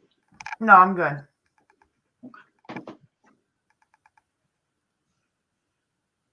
It's just something his guide wanted him to know. He acknowledges, Brooke, that you've been working on that, and that's something that you've been actively working on for years. but you're not exactly where they would like you to be. It's not exactly matching the vibration of your soul.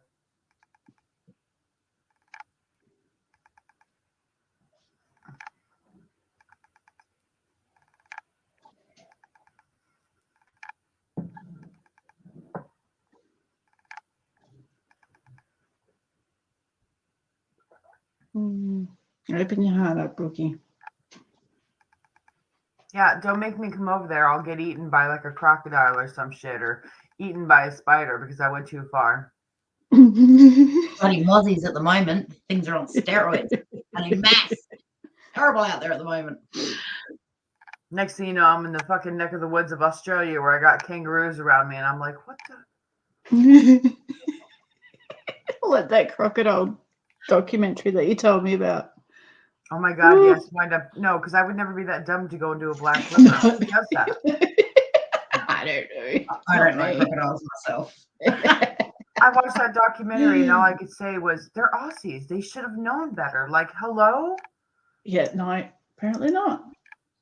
Apparently not. Please, like, y'all don't know by now every other thing in your country could kill you? Like, hello? No, we just like to test the waters, clearly. I'll turn the kangaroo into, oh, no, don't turn Skippy into a drumskin. Well, he won't be Skippy then he'll be bouncy. Now he's Tigger.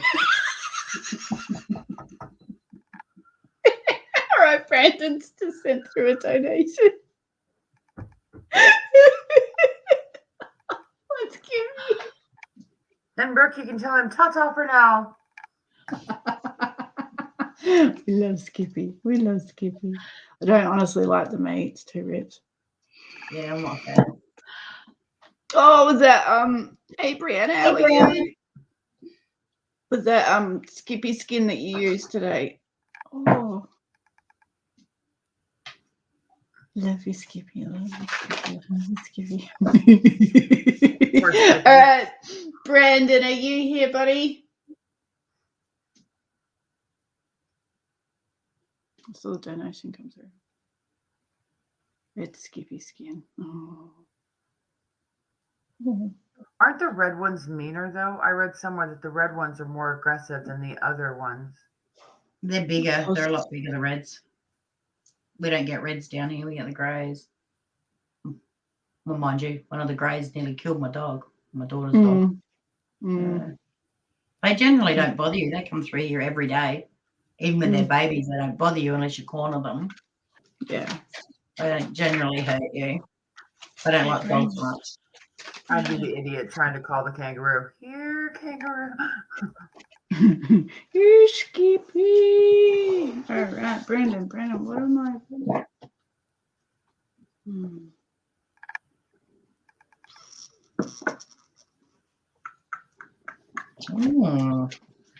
Interesting. Ooh, we always like that. Grace. I think it's alien.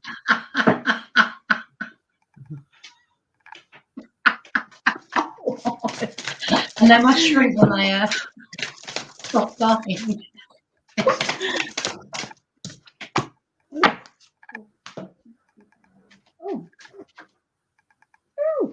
That looks good. Oh, wow. If anyone wants to go first, go for it. Because I know Brendan quite well, so I'm happy just to validate what's coming up.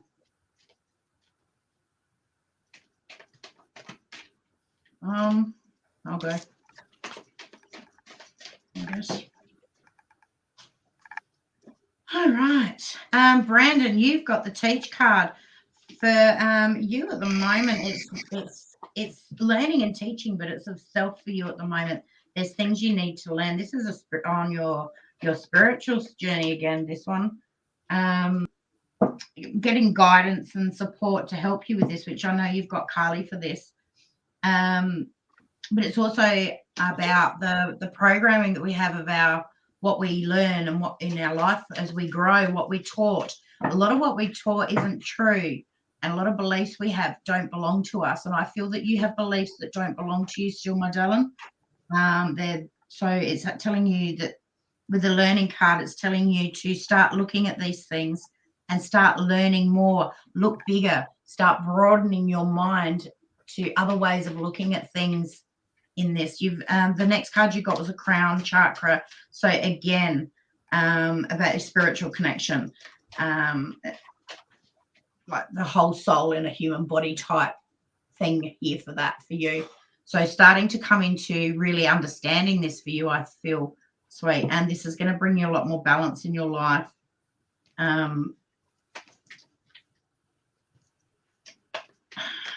What else I can get?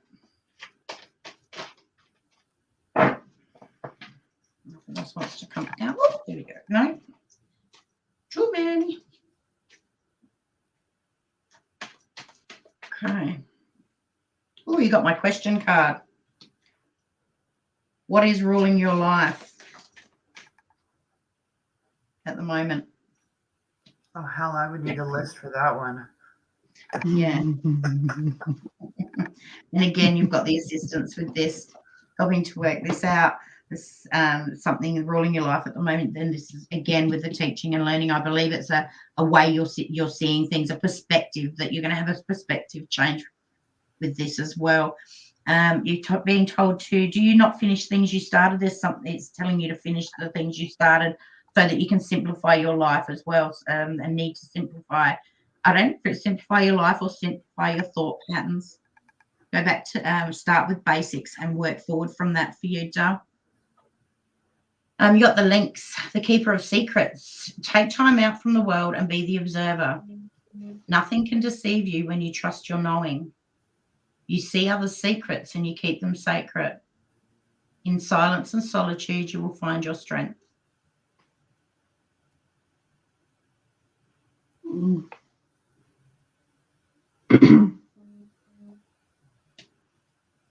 Yeah, I've definitely got the strength card.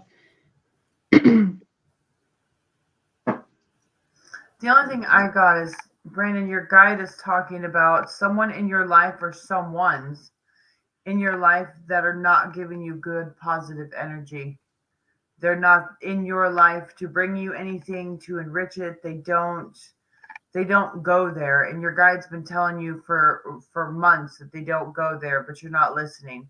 And as long as you keep this negative energy in your mind, and as long as you keep that negative energy in your close circle, you're going to keep running into problems about, your own thoughts and your own being like kind of lost. Like in your mind, it's like almost being like lost in thoughts.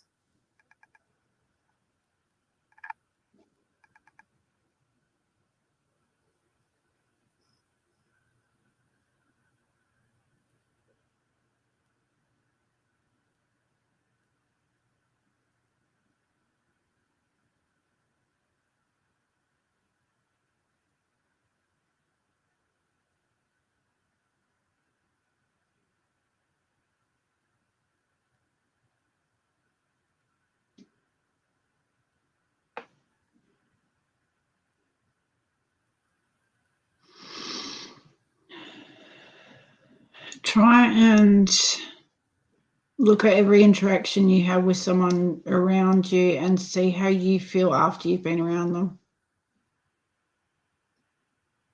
Because I've got home and say what you mean and strength.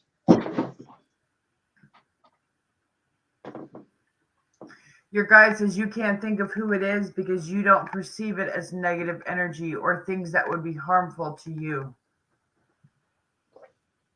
You're a very caring soul, and when you deal with very caring souls, they tend to negate anything negative about someone, or they perceive it differently than someone else would.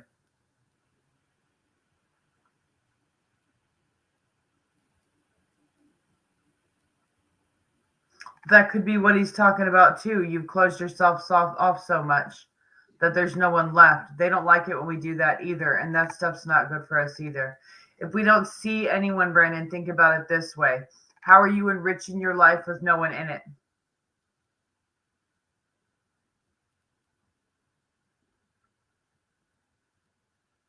Well, that means that the guide's correct. You have no positive in your life. It's just you all the time. You're not seeing anybody. But that could also too why you have this ill feeling of constantly being by yourself, but you're not moved by it enough to do anything about it. You're right, gorgeous hermit, buddy. Your guide says you're too much of a hermit.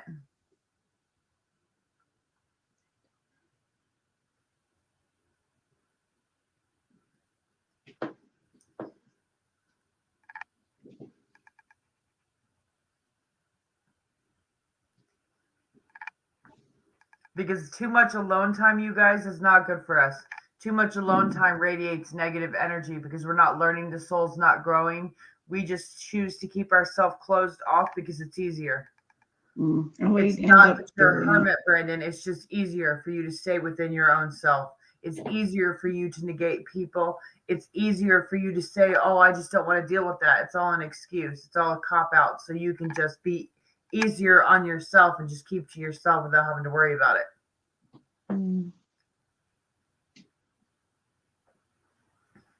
So now that makes sense why your guide says you have negative energy around, because there's literally no one.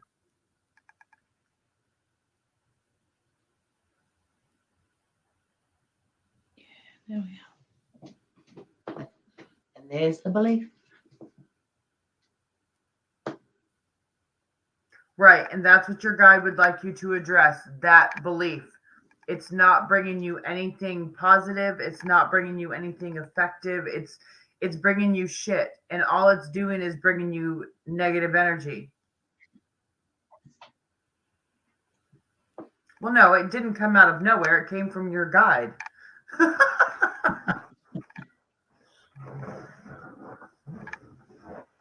Listen, y'all, your guide will bring up shit that you didn't even think you had a problem with until your guide's like, no.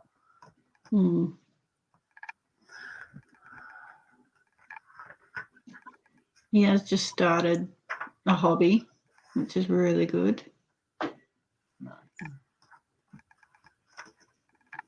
Your guide would like you to know that you have energy and gifts coming your way, but they really need you to be more open to people. They really need you to change that mindset that something happened, your guide's telling me, something happened that made you that hermit. You weren't always that hermit. Something happened that made you that hermit, and it gave you the wrong view, and he wants you to change that view. I hope that makes sense, Brandon. Yeah.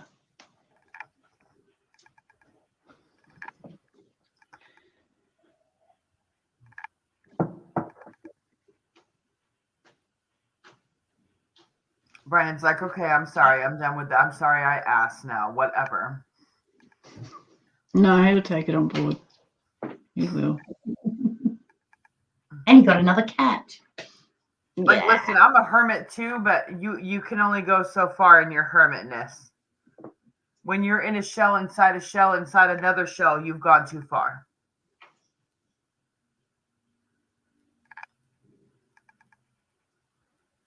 Then you're like a stoner too tripped out. You're just too high.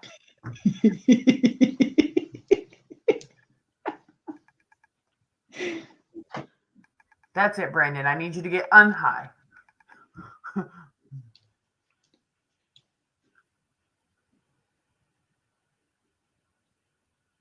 Brandon, can I ask you a question about that? That is like, I don't want to be too personal, but were they younger?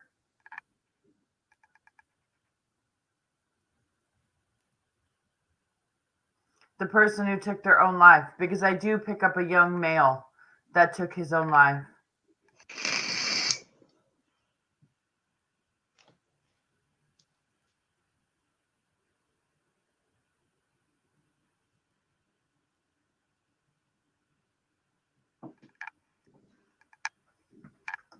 It's one of the spirits we hadn't gotten to yet because we were doing the paid readings. That's why you were waiting. Because I'm picking up, when we first started, I picked up a young energy between the ages of 7 to 19 is where I pegged him for. But he's kind of not a big boy, but like a stockier built boy. You know how some guys are just, they're bigger guys. And I get that sense that he would have been just one of those bigger guys.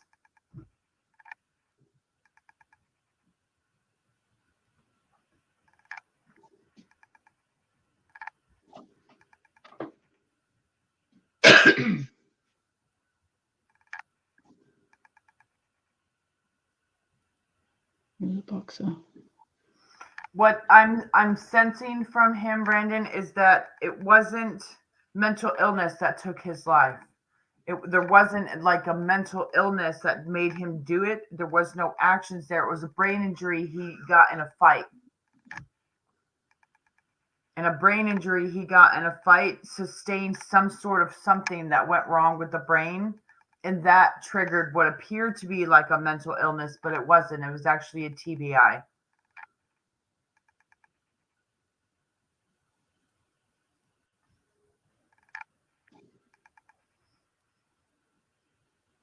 So that's why it was like, it seemed so quick to you. Like you were out with them and then you got a call that they were gone.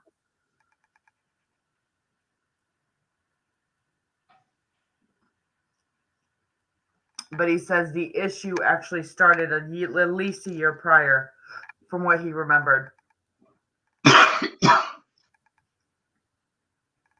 And he says he remembers that decline. He says because it wasn't overnight. He says you noticed that he started to change a little bit. And you notice different little behaviors that he didn't do before.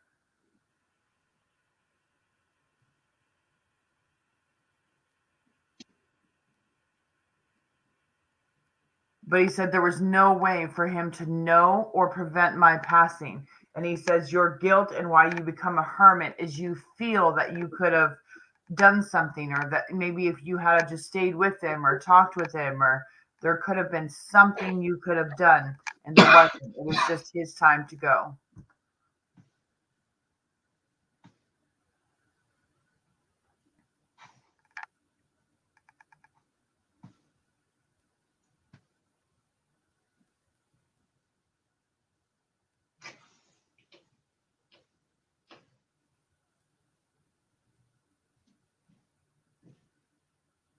But he would also like you to stop using him as the excuse of why you can't get attached to people. He was like, bro, seriously, like, come on. It was a freak thing what happened to him. It did not depict what is going to happen to you for the rest of your life.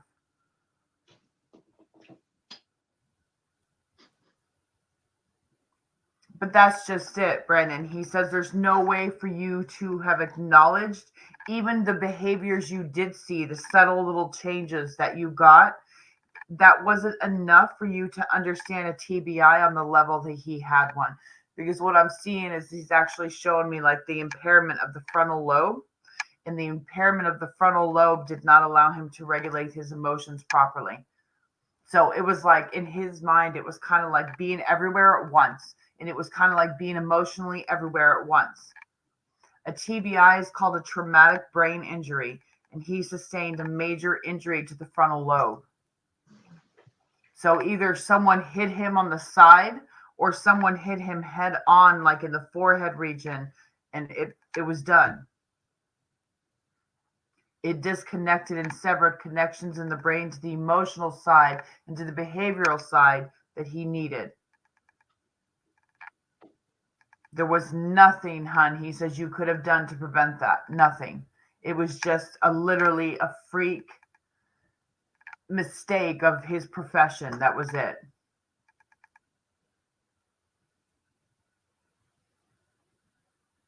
But he says you still do things that honor him, correct? You still talk about him. You still make sure people know him. You still make sure that people know the funny and stupid shit you guys used to do together. And you keep him alive. Even though he died when he was young, you still keep him alive. And he loves that.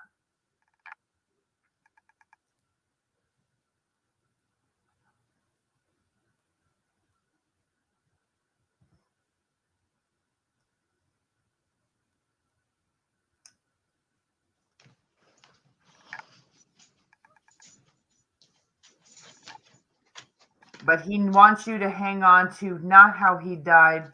He says, I want you to hang on to the good memories, the laughs you guys had, the doing the stupid shit that only best friends can do together when they're trying to get in trouble.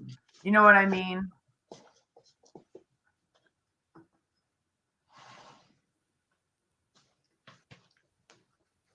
No, Brandon, and he's not going to accept that. You can't be bothered to be friends, and that's going to piss him off. It really does bother him that you're closed off that way. And he says that's more of a slap in his face than him dying. Because he wants you to be able to offer that friendship, because he said you were an amazing friend. You were someone that was irreplaceable in his life. And he wants someone else to have that relationship with you. And he wants someone else to have the laughs that you guys had while he was alive. Because the laughs that you guys had when he was alive was one of the first things that he saw in death. Because they meant that much to him. And he's not going to tolerate you being closed off and being bothered to have friends. He said, would you have been bothered to be friends with him? No.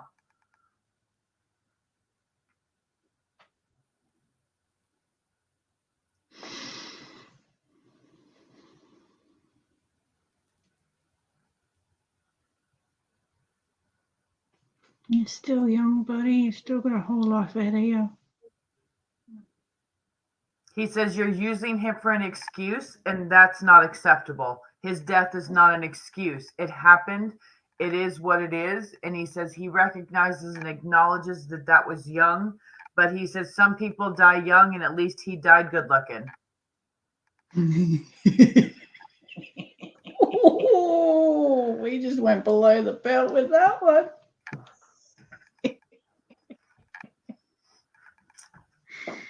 Only the shade, Brandon, that your best friend can throw you.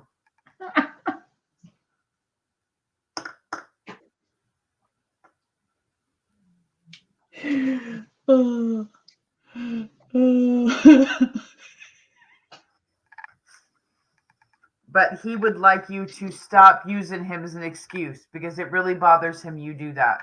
It really bothers him you use him as an excuse to keep your distance from people. And he's quite over it.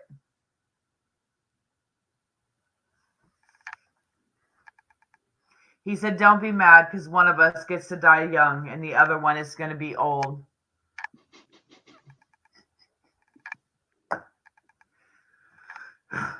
I like him. Sassy little thing.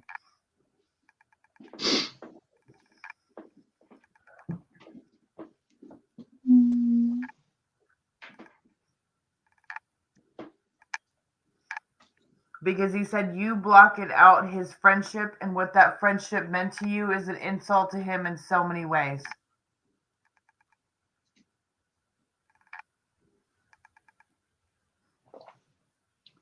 And he says, you don't want to insult me, bro. Now, do you? I'm dead.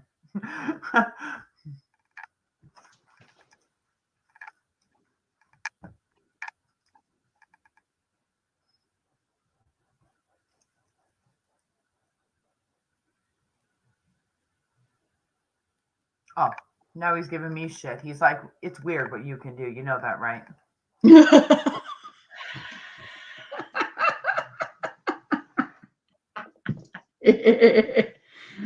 No one will replace him. No one's ever going to replace him. He said, what are you, stupid? He says, nobody can replace me. He said, I'm obviously one of a kind. Like, hello.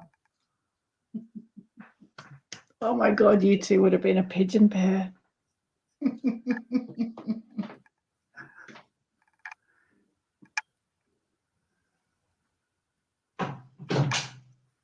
He's not asking you to replace him. This is not next. Like, we're not calling next on best friends. He's still your best friend, this life, that life, whichever life.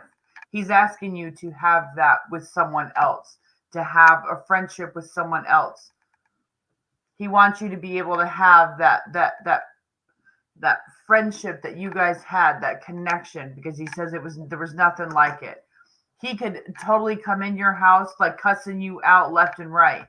and you automatically know he's not cussing you out, he's just cussing everybody out.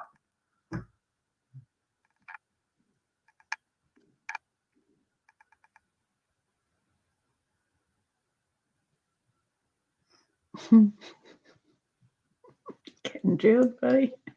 So, Brandon, your best friend is asking you to get your shit together before he has to come over there and whoop your ass. He got to die handsome. He said you need to let it go.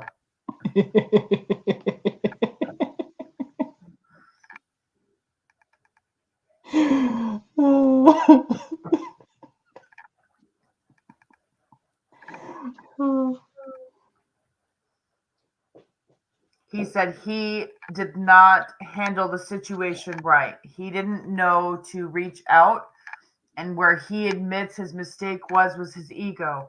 He didn't want people to know that something was wrong, anything was wrong. Like, no, he was a vibrant young 18-year-old.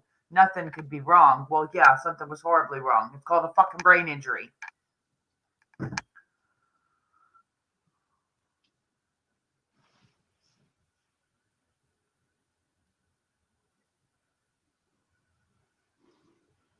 So he doesn't give a fuck if you, make 20 fucking friends. Like, that's not what he's asking. But like one solid friend, like he and you were, he would like you to be more open to that. Which will lead to you being more open to a lot more other things that I think you're waiting on.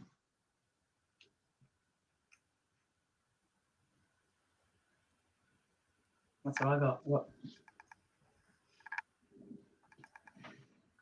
But he's pulling his energy back. He would just like you to know that he's extremely appreciative of you keeping his memory alive, you still talking about him. He misses you dearly. But just know that he is always with you. He says even when you don't want him with you, he's with you just to be obnoxious and because he can. And ask him where the keys are. You might know where your keys are. He doesn't know where the keys are. He just said he moved them. Where? He's not telling. Oh. Fuck.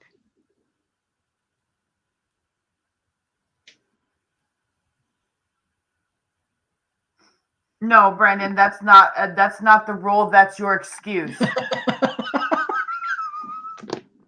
He says you wish you were cool enough to make the rules. Remember, he made the rules in y'all's friendship, and it is what it is. Don't try to change that now.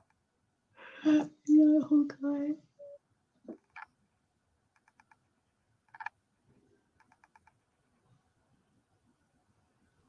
Okay, maybe if you... And he's going to keep moving shit on you until you stop pissing him off. That's what I was... Yep. I was waiting for that. No, it's not they. It's him. He moves shit. There is no they. You set down your keys, he grabs them right away and moves them. He says, you want to be an asshole? Okay, I got you. You want to become the hermit that he knows you're not? Okay, I got you.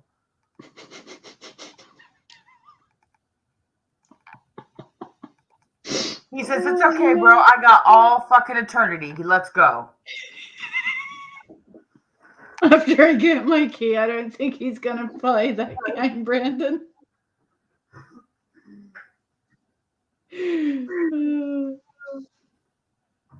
What I said is if you open your heart up to friendships, then, that thing that you're waiting to happen, then maybe this is the step that will help that to happen as well.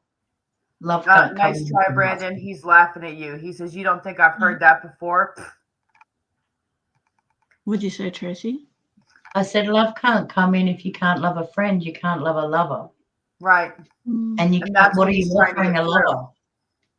What are you offering a lover?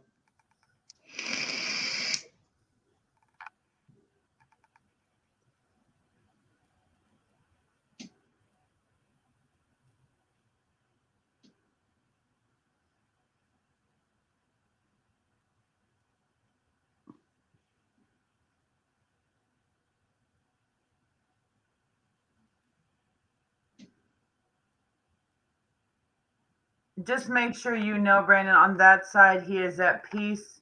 He is no longer tied down to the brain affliction that he had in life.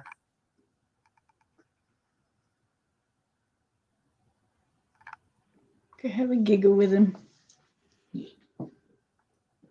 That He was just awesome. wanted to take this opportunity to let you know he's still the same person and he's still not going to let you be stupid. He didn't let you be stupid in life, and he's sure as hell not going to let you be stupid now.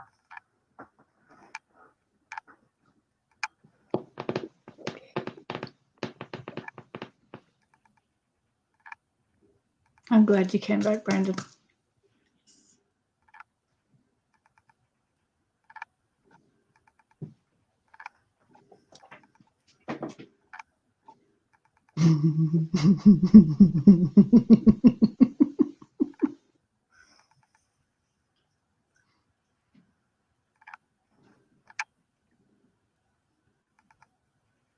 But Brandon, he is definitely a whole different spirit. He is definitely a fun-loving spirit.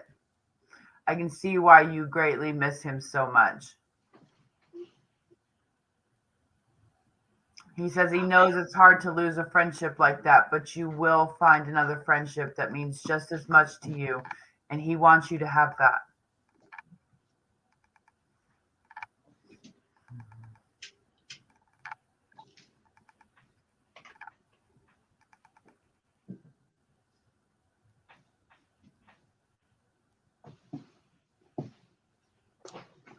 So there's one spirit that I figured out where it went. Yay. All right, Brandon, open your heart up now, buddy. Otherwise, your best friend's going to keep moving your fucking keys. And he'll eventually put them in places you won't find them. Yeah. Well, we haven't found it yet. It's been how long? How many months now? That's why he said it. He said, bro, you have one realm. I have 13. Try me.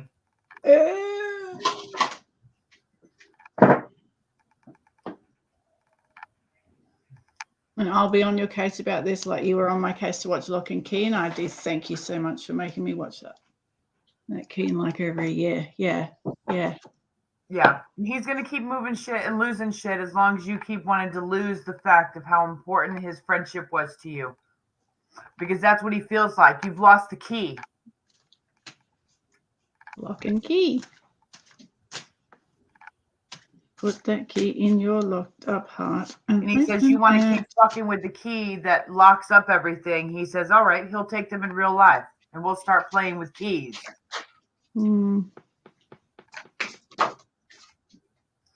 Your best friend was many things, Brandon, but protective of you was one of them, correct? He's just as protective in that life as he is in this one. So it's not that he's trying to be facetious, malicious. Well, maybe a little bit, because he is that kind of person. I love him.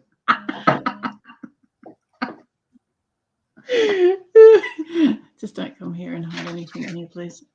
He's definitely one of those people when he was alive that people either liked him or they didn't.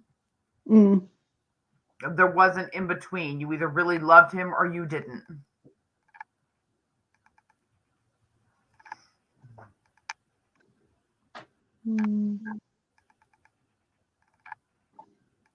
Okay. Is Mila still here? Mila sent through a donation.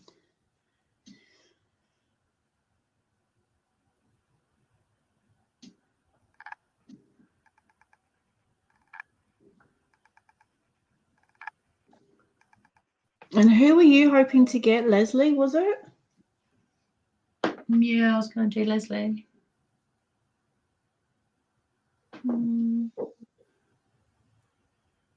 I told you had to come watch.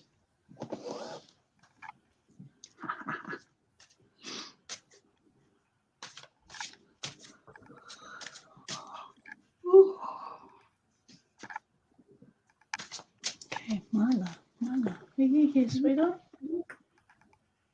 Hey, Robert. Thank you for the message.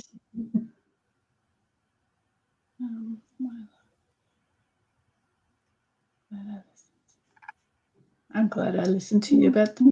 the show because I want to just keep watching it and watching it.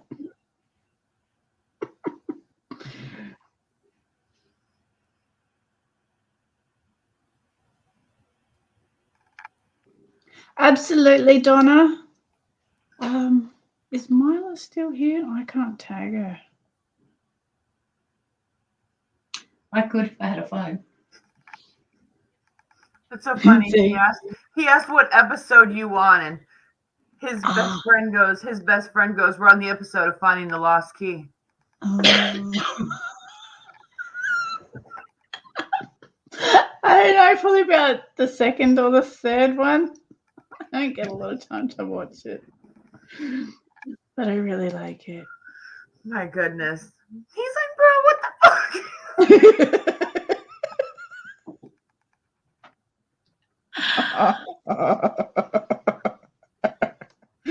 Like I said, find the key, unlock the heart, no open up any doors to new beginnings.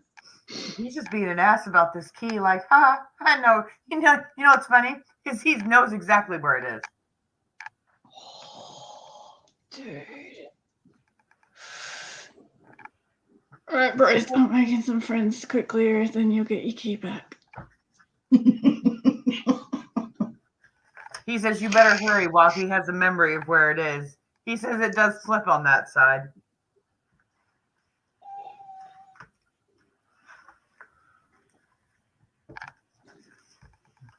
Because apparently your best friend's not against blackmail. Oh, yeah, well, neither's Brandon. Oh, crap. What are we going to do about that? I get tired. Blackmail boost. Yeah, I know. Some of the things you say, I just go, oh, Brandon, you can't do that. No, you don't do it. That's hysterical. Ah, there she is. Okay, Mila's up.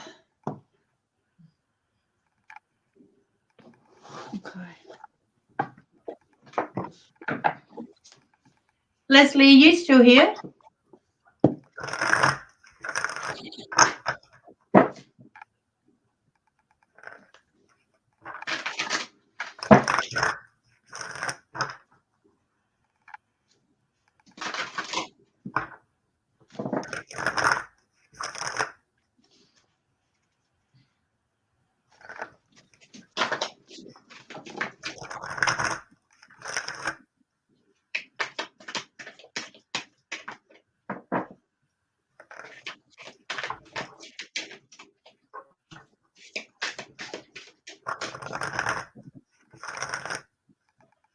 Mila, I just need to say it, but I do remember it from, I think, another reading of yours, collarbone pain. I just need to say it because I'm feeling it again. I don't know why they keep showing. Ow. Have you got a bit of a crook neck at the moment? A bit of a twinge neck?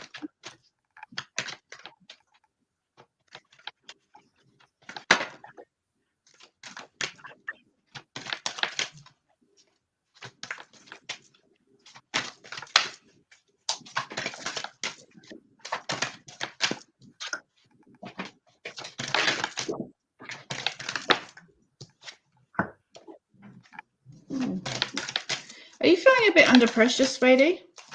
No, that's okay. Why do I get this pain with you? Maybe it's a past life pain. I have picked up on past life pains before, like whether someone was, I picked up on someone where they was actually stabbed there in a past life. So it may be possibility. Okay, so sweetie, I've got the. Okay, so I do feel like you're feeling under a little bit of pressure, but it's almost like, you know, when we're so overwhelmed that we almost feel like we can't move forward because there's too much to do. If that makes any sense, it's almost like the pressure of, I need to do this, I need to do that, and then you just go, I just I just need to take that first step and then it will flow. But it's just making that first step, break out of that cycle of procrastinating. Why am I now being shown pain in my right wrist? Okay, so you got the mortality. So life is brief, bright, beautiful, and yours to live. So this is looking at everything from a whole nother perspective, looking at the beauty of everything, understanding that everything's happening for a reason. Don't dwell on, try not to dwell on things. Try and prioritize what you need to do first. Try and look at, maybe write it all down. Yeah, thank you, Donna. Try and write down maybe all the things that you plan to do, prioritize it, and then make the baby, and then write down the baby steps and what you need to do on each thing. I can't read. Yeah, so such a grounding. Yeah, so it's just bringing yourself back to center, grounding yourself, starting again, starting fresh. With try and keep the positive thought that things are going to work out. They may feel like they're stuck at the moment. Things are working out behind closed doors for you. But yeah, just try and regroup. Yeah. I hope that's making sense, sweetie. I just want to do a pass around the smile card.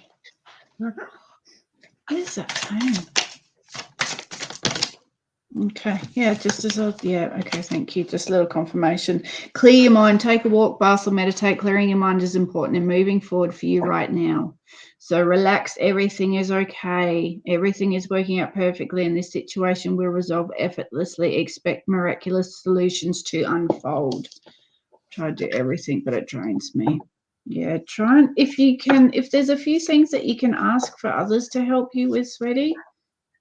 I know we like to be independent, but sometimes we also need to allow help, receive help. Make sure you're filling your cup up too, sweetheart. I didn't see Cupid today, so that's okay. Yeah. I keep saying I promise I'll try not to see Cupid. Oh,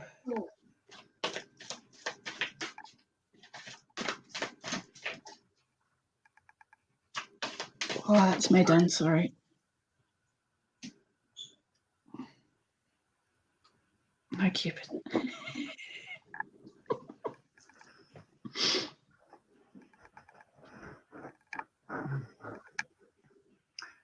For you, Mila, I pulled Lucis, the Wild, the Loam, and the Glencover, which means that you're being guided into stepping out of your comfort zone.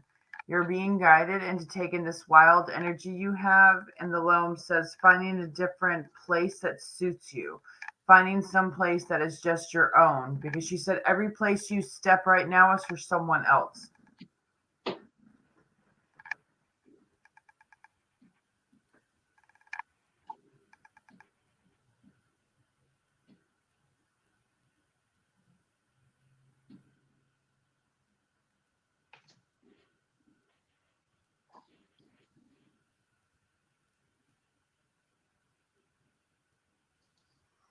Your guide would like you to start stepping into places that are for you, not for others. Otherwise, you're living your life for others, not for you.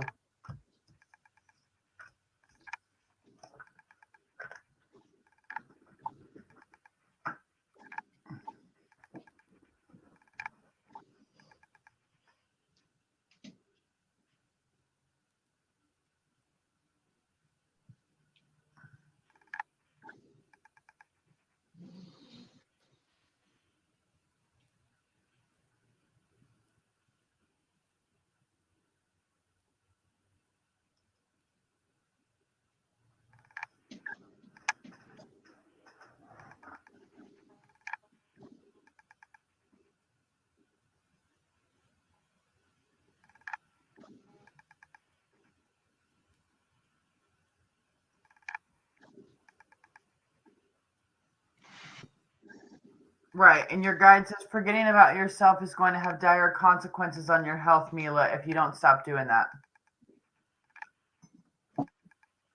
when there's no self-care, we tend to overexert ourselves.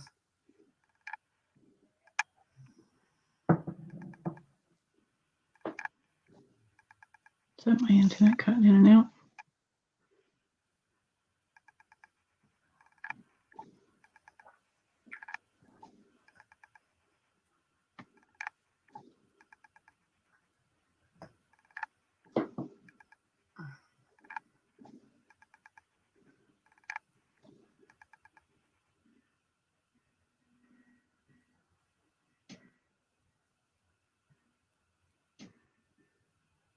I don't know if she can get back in because she started this stream.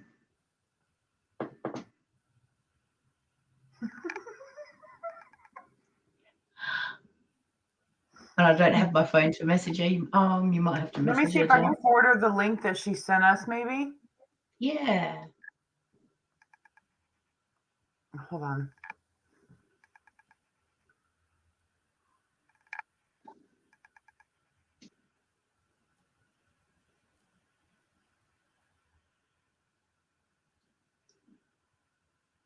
No, I got very similar lines, Mila. I've got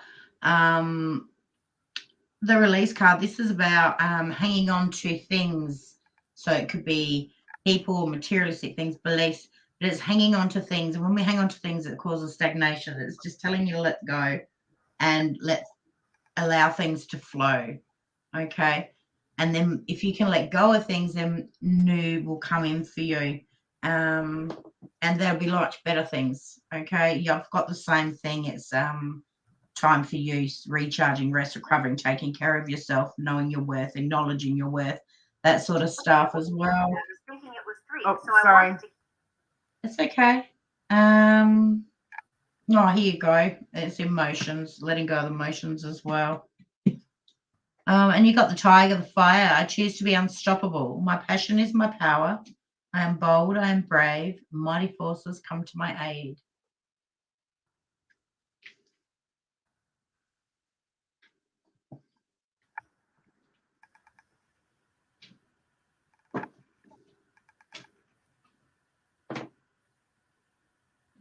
Hey, Oh, Ellie.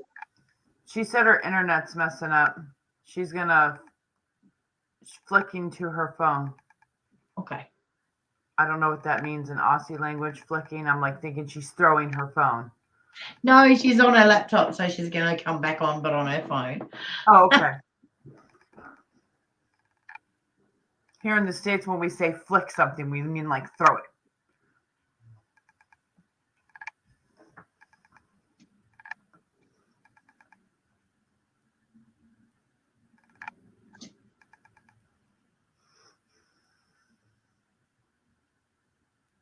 Got to make that time, Mila.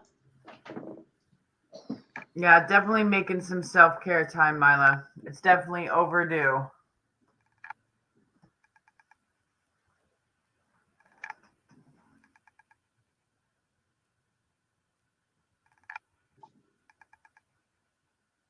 All right. I don't know who was next. I've got to roam. Leslie, are you still here, my love?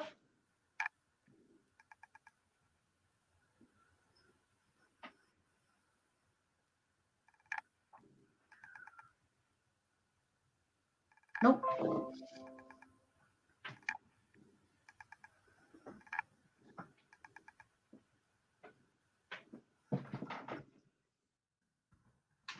Did anyone else donate because we don't know now where we're at? If not, we can just pick someone. You drawn 21, Dove? I'm sorry, I was answering Carly. There she is. Just The only thing I have a couple spirits. That's all. All right, do you want to do that? we've got Donna Yeah, has donated and Samantha's donated too. Which Samantha Madigan? Samantha or Madigan, yeah, Samantha Madigan's donated. Sorry about that. My internet, my Wi-Fi just went. I was gonna say because we can do the. I know you wanted to get through the paid readings first. Do you have spirit kind of sitting there Yeah, waiting she's to come through? Yeah. Hanging on there. Okay. Did you want to bring one through and see who it's for, and then we'll go to Donna? I feel Okay, rude we'll not do letting them speak. We'll do the first spirit I sensed. Yep. The first spirit I sensed is a father figure, older male. He died early, not later in life. So he would have been mid 40s, early 50s. He was not that old, but he was a father figure. But I feel like there's this pressure in his chest, but that was not the cause of his death. It was a result of something he had. So I don't know who that soul resonates with in life. They were a very tall man.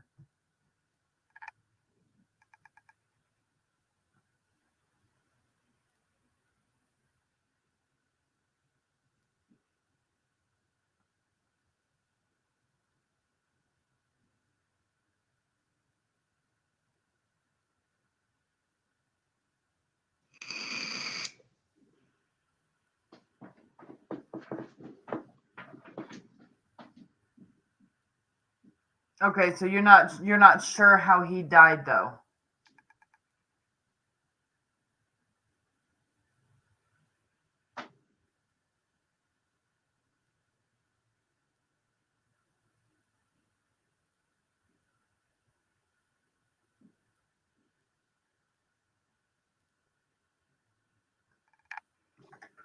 Because I am getting that his death was quick,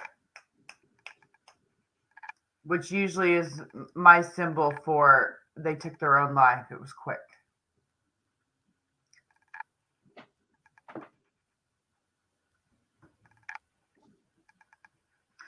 So please know, Jesse, that your dad regrets that you did not get to meet him. He regrets his decisions in life. He regrets all of his wrongdoings. He did a lot of wrongdoing. He did a lot of stupid shit he's telling me that he should have never have done.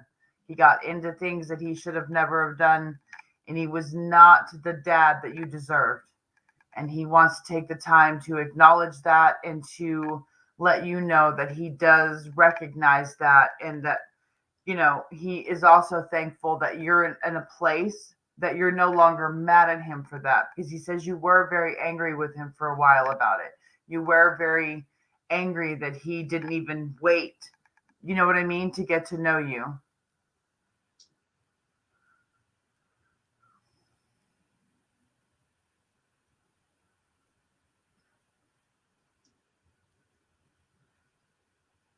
They don't know that, Jesse. That's free will. The spirit has no control over where you belong right now or what direction you need to go in. That's free will. No, and if you meet him on that realm, Jesse, it'll be when you're much older and not before it. You have a full life ahead of you, dear.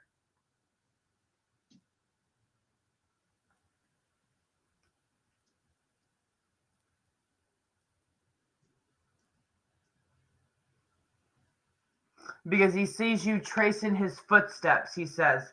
He's like, when I see this, it's always so cute when a dad shows me this, because it shows the dad and then the younger child walking behind him, but she's mirroring his footsteps. She's mirroring where he walked. No, and he feels like he didn't know you well enough because, like, as you said, you didn't get to meet him. No, and that's not what he means. You don't take your life because, as I just said, you live to be an old age.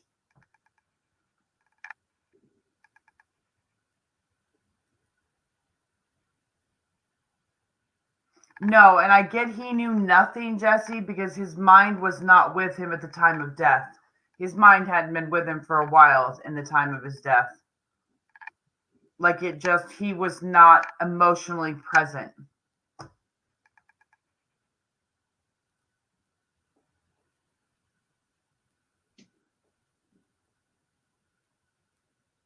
But your dad says that you need to better handle and deal with the emotions. No, Jesse, it was neither. It was mental illness. Your dad was extremely mentally ill. I see him suffering with schizophrenia and paranoid schizophrenia at that. And paranoid schizophrenics tend to have a very, very rough mind.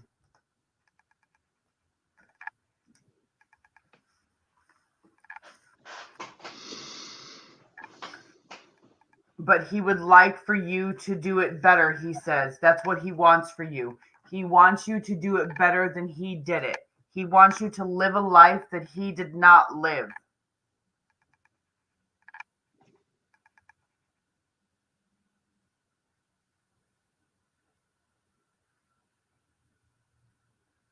He doesn't like him, if that's what you're asking. He does not like the way he treats you. He says he does not treat you the way you deserved.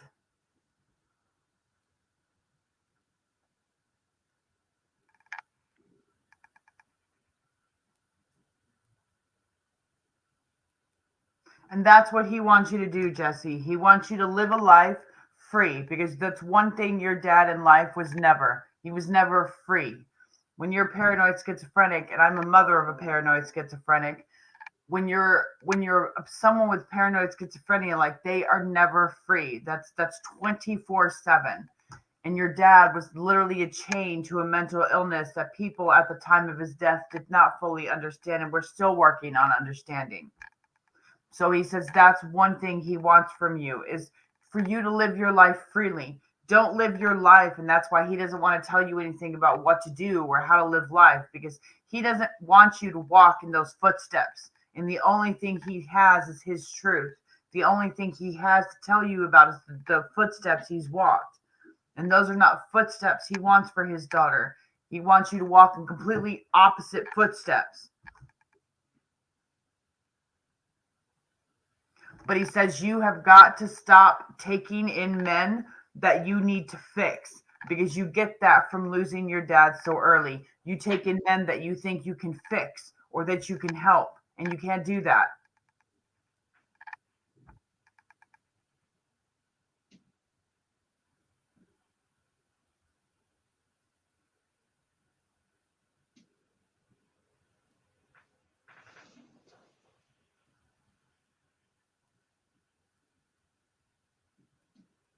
Right, but that's the problem, Jesse, is you're too desperate for that, and you're attracting all the wrong men. You need to ground yourself, you need to center, and you have to know that you are worthy of love and being loved, and not the love that you're seeking. Because it's more like a love your dad says just to fill a void. It's not, and it doesn't mean anything. The men that you're dating aren't treating you accordingly.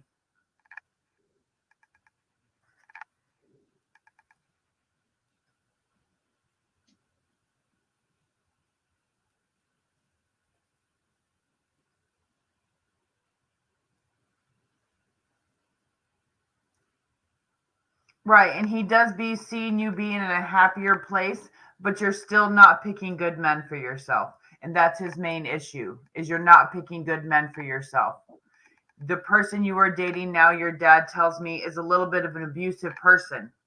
They're a little bit toxic, and they tend to negate how you feel about certain things, and that's never going to vibe with a father.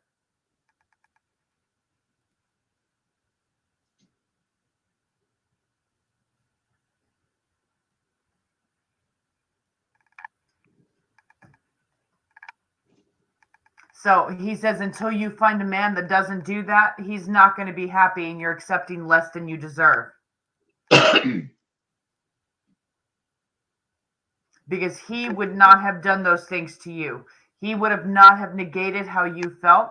He would not have negated hurting your feelings. He would not have negated or treated you in any manner than less than you deserved. He left the world. He didn't leave you. He left the world because his mind wouldn't shut the fuck up.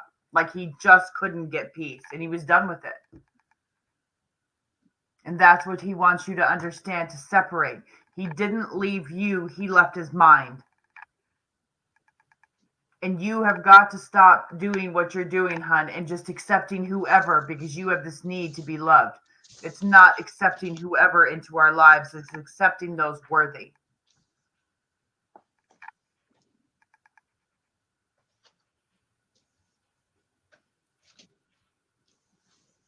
You can tell him you love him, sweetie.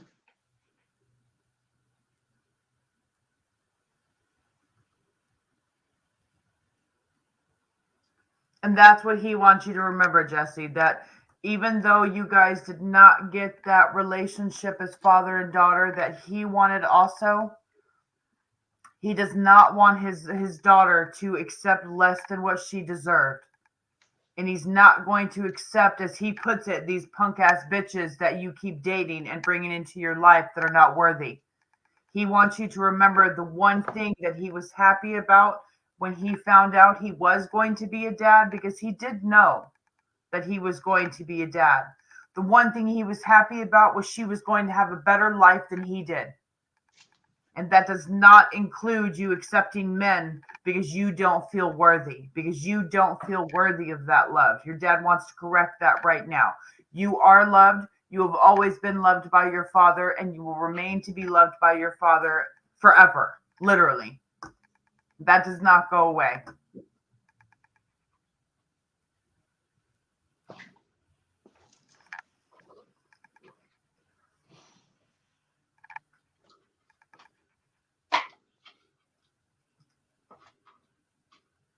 He says until they treat you like a princess, they make you feel like a princess. He says it's the wrong man. He wants you to let it go.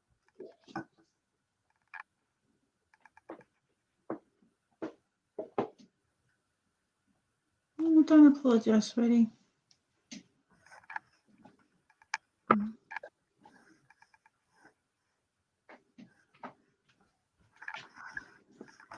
One spirit down. Okay. All right, we better grab Donna. Donna, are you still here, sweetheart?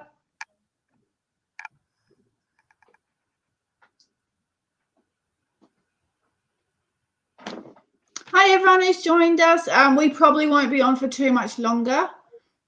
Just we're about to hit the 3-hour mark, and it's midnight here, and you're probably starting to feel a bit tired too. I am. Okay, Donna. Yeah. All right. So we got Donna and then Samantha, and then we can get those other spirits through, and then we might call it. Yep. Because those spirits will want the message brought through, and I don't want to deny them of that. Yeah, her dad was going to stand there until I read him. Yeah, yeah. I don't like the idea of not letting them come through. Okay, so Donna.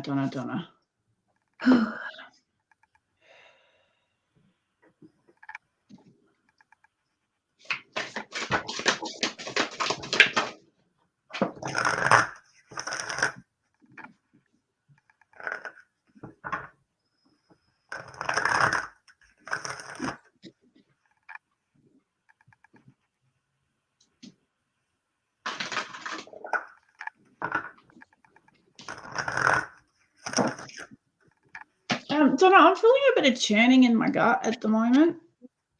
So I don't know whether there is something going on with your. Ooh. No, I'm like, you're you're picking up me overwhelmed. with my Crohn's. Oh, it's high. A high Yeah, tuning. I have. It's up there too.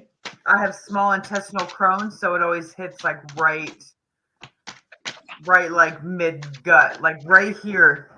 I'll get a pain right here. Oh, sorry to pick you up. Yeah, we are, Michelle. We're going to be finishing up soon, sweetheart.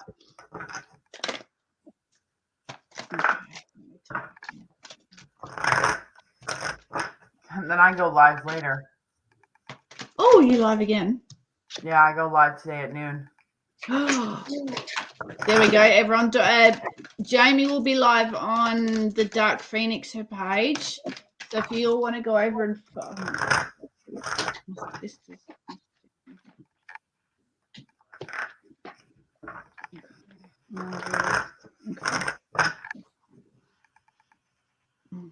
way too many cards falling out. All right, so Donna, I still feel like you're struggling to kind of step out, because I do understand that you've got a lot going on.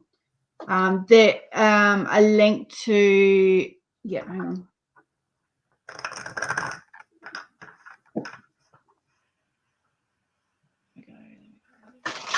Okay, yeah. So I do still feel like you're still trying to look forward. You're still trying to work out how you can manage everything in amongst your everyday life, sweetie. And you're feeling. I did get that overwhelming feeling where I get a bit.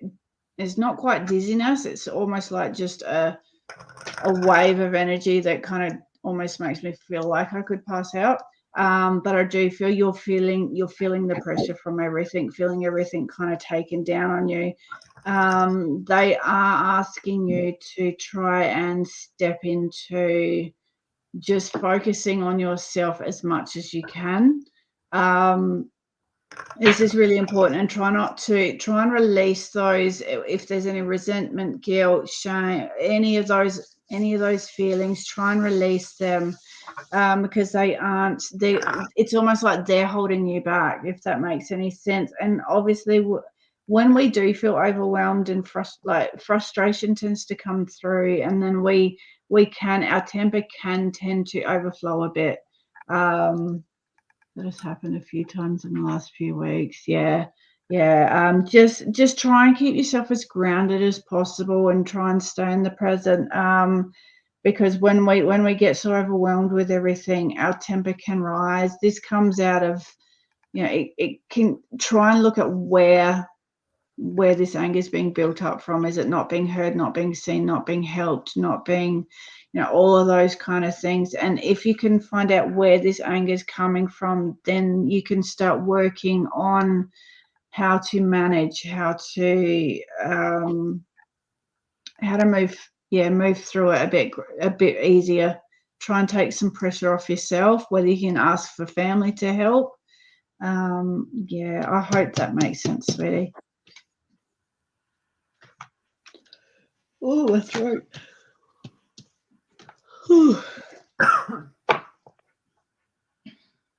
Okay.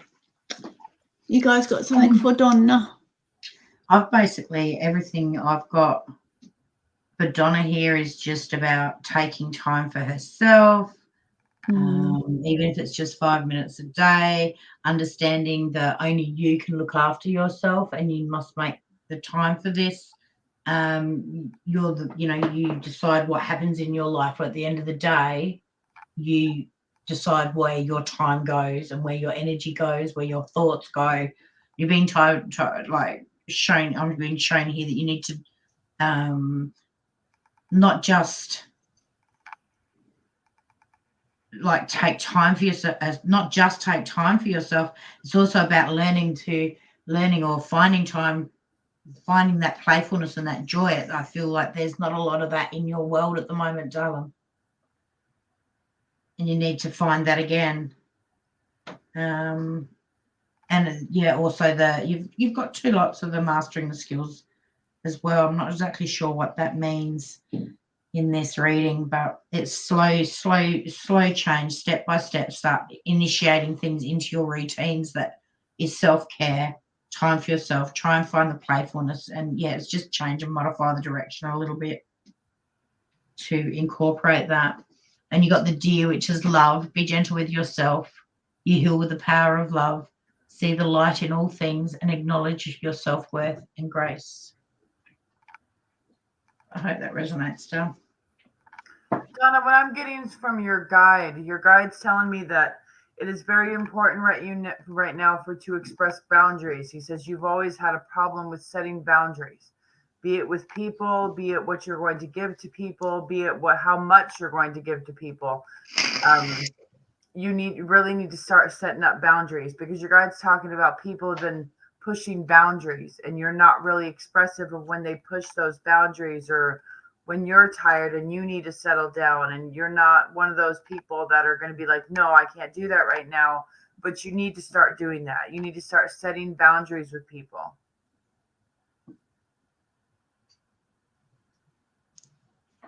Gonna grab some water. Yep.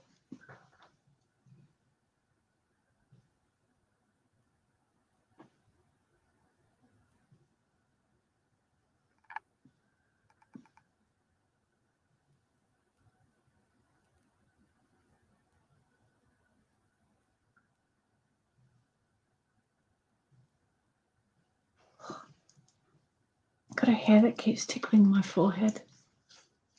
Yeah.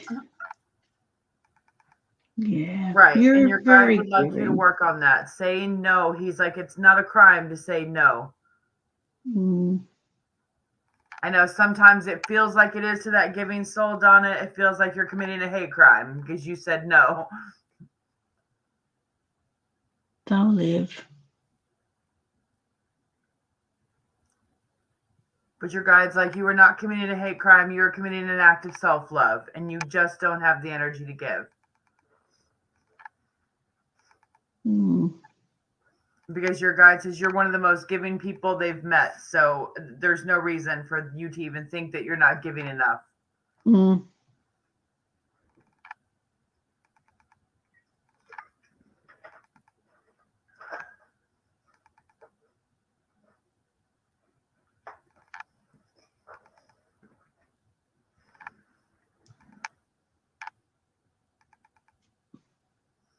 Right, Donna, and that's great unless it's winter and it's freezing outside. Well, then we kind of screw ourselves. You see what I mean?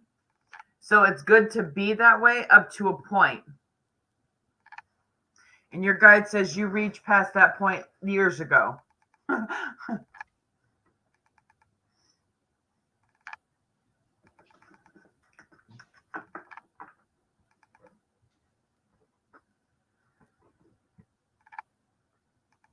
It's really hard because so many people make a big thing about like looking after yourself is selfish, but it's not. We have It's really not. And those who say that looking after yourself is selfish are the ones who are truly selfish. because they don't care want about to when you're take. Yeah. It's like, I'm a medium. It's like, and I'll give spirit my last breath if I need to, to make sure that their message comes across. But I know when to cut them off. I know when to say, nope, sorry, don't have it today, guys. Leave my side. And you'll oftentimes see me, and it's how people always say, the other day when someone was reading me, they were like, you need to slow down. I don't slow down like everybody else because I'm such a strong medium that I've over time learned things work a little bit differently for me. So when I need a break at random times, you'll just hear me and I'll snap. And when I snap, that's their symbol to everyone out now. I'm not asking, I'm get out. Yeah. I'm done. And they will all leave. And usually they will all respectfully leave because that's me calling my energy back, me asking for my space back. And they usually respect that. Mm. We all have to have that. I can't read people all the time. And I know a lot of people get upset, when they see a medium and they're like, well, why can't we just get free readings? Why can't you just read it for yourself and use your own energy? You know what I mean? Like, but people It's very draining.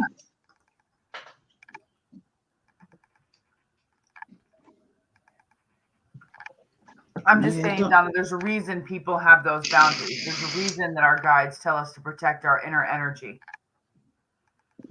Because not everyone's going to respect that you can't do that. Not everyone respects that not everybody's going to get a message from a spirit, from a medium.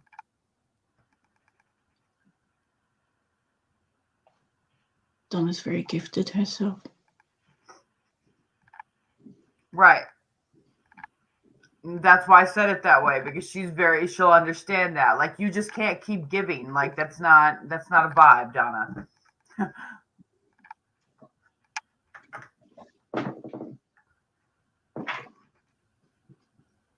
I don't know, people that always feel entitled to my energy are the people that I won't read on purpose.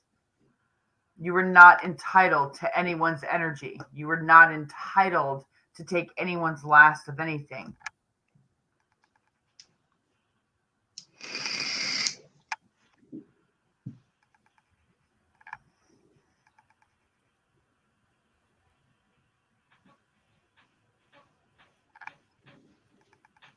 But that's all I have.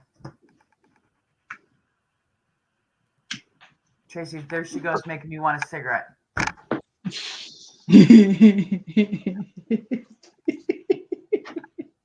Fine, Tracy, I'll fix you. I'll take you. And, well, no, then I can't take the camera.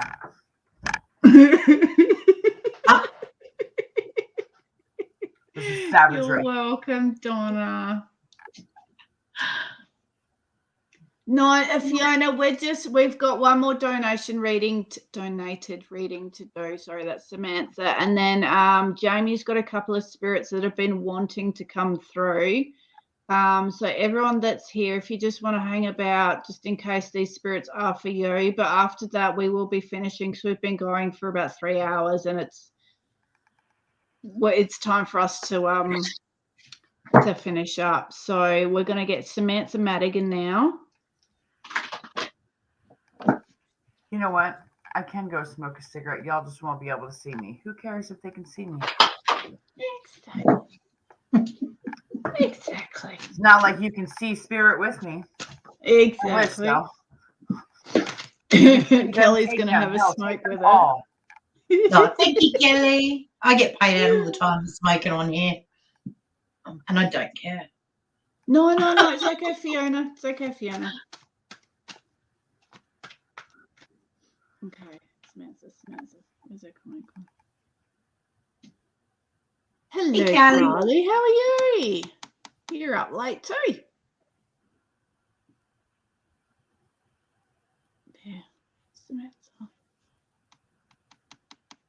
Okay. All right, Samantha.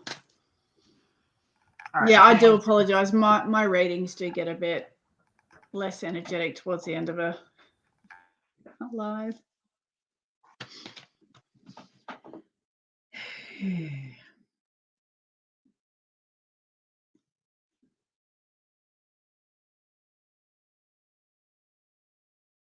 Samantha, have you been hearing that? Almost sounded like a bell, but it wasn't quite a bell.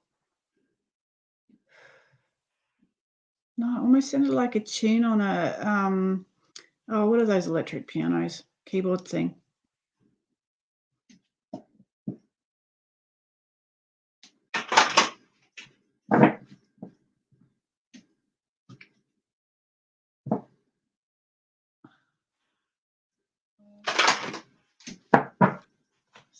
I've got my shoulders here. This bit of my shoulders have just gone tight, and it almost feels like pushing down. Oh my God, for 4 days. Oh, God. Yeah. It was a real tune. Like normally I get like just a ring, but this was like a full-on tune, like 3 or 4 note kind of change. Yeah, Robert, after this, it's going to be whatever spirit message that Jamie has, and then we'll be finishing up. Yeah, really, migraines. I don't ever use that, sweetie.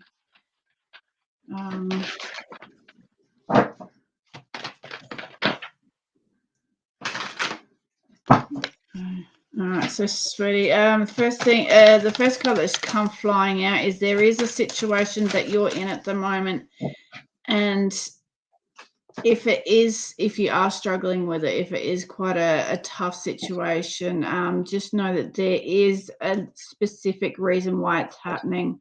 There is a lesson that you may not have learnt prior, and it's unfortunately they kind of stick around until we learn the lesson. I'm not sure exactly what it is that what's going on.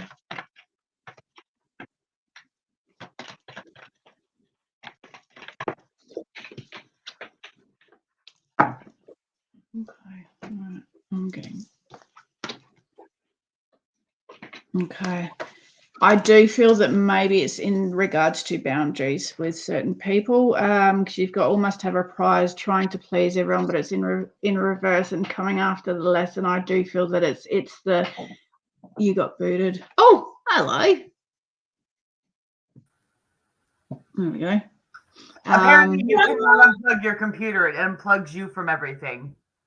Oh, there you go. So no, I can't take you to go smoke a cigarette. I'm just sitting here waiting then. Well, you can smoke on thing if you want to. I don't mind if you smoke on screen. No, I don't smoke. No. Oh, yes. Okay. Boundaries. I was just writing it. Yeah. So setting boundaries with people, I do feel that may be the situation that is kind of trying to teach you that it is time to start setting boundaries with certain people in your life. When we, as you may have heard with Donna's, when we overgive, it becomes very draining. Our energy can be quite depleted and we don't have enough for ourselves. So it's time for you to kind of put those boundaries up. Look after yourself. Yeah.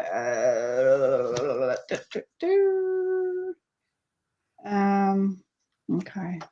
So yeah, I do feel this is kind of holding you in this situation. So once you get those boundaries in place, start setting firm boundaries, knowing your worth, knowing, what you are capable of giving for other people, and kind of going, well, maybe I can't do that right now. I might be able to do it later, but normally if we say, look, can I do it in a couple of days? If they're really, really needing it, sometimes they will end up. That's why I end up with migraine. Oh, sweetie. So some people, they will expect you to do it, drop everything that you're doing right now, and then if you can't do it right now, it's not going to be the end of the world. They actually might make the effort to do it themselves. Okay. So I do feel once this happens, once you get this boundary setting in place, you're going to have the card of change in the night. You have changed quickly. So you're going to see dramatic changes in your life. You're going to change your vibration to allow other things into your life, things that match you, things that match your worth, like what you see for yourself. They're going to start bringing that in. So I hope that. Good. Stick to your guns. Beautiful. Good girl. You'll find you're a changed person. And it's very empowering. Samantha, your guide tells me that it's not a matter of what you're giving, it's who you're giving it to. You're giving your energy to the wrong people. You're giving energy to people that are undeserving of it. And that's very more draining than giving energy to people who do deserve it and appreciate it.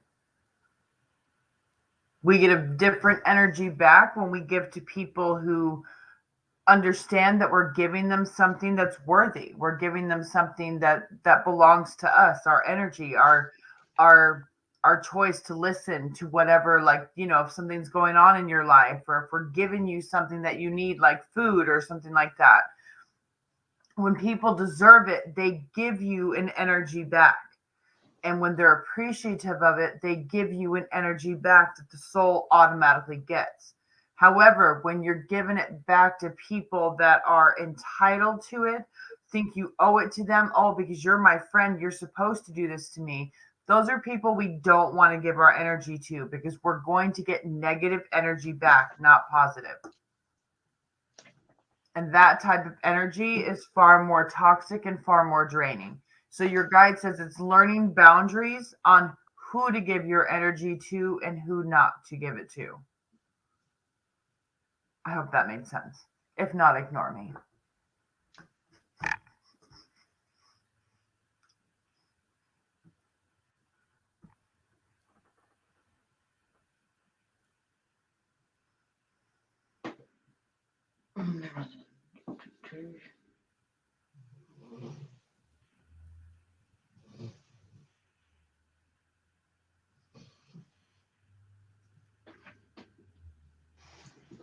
I've just got a completely blank. Everything's gone quiet. I'm still here.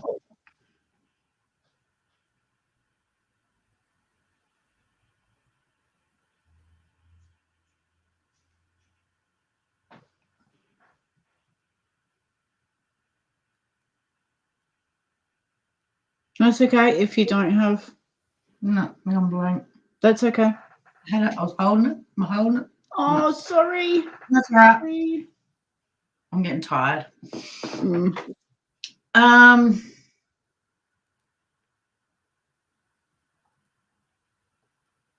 got the links, the keeper of secrets. Take time out from the world and be the observer. Nothing can deceive you when you trust your knowing. You see others' secrets and keep them sacred. In silence and solitude, you will find your strength. The second time that's come out tonight. What animal was that one? The links. Oh yeah, Brendan got that one too. Yes. Yeah, he did.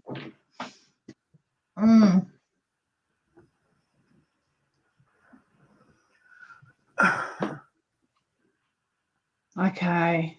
I hope that helps, sweetheart. Now you're going to get let loose now with who you've got there. Oh, me? Yes. I was like, oh. We're going to sit back and enjoy the show now. Yeah. You're welcome, Samantha. Okay, I have a few, I say a few. It's never a few.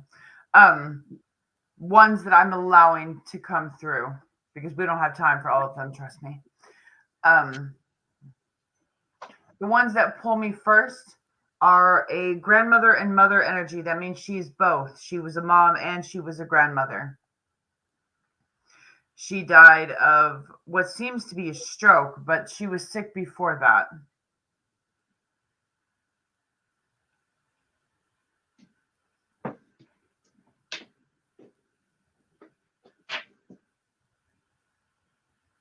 So if that resonates with anybody.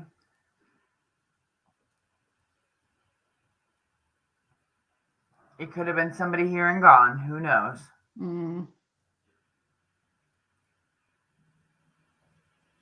Sure. Yorkshire accent. I don't know what that accent sounds like. I'm American. Yorkshire. That's very very English, isn't it? Yorkshire.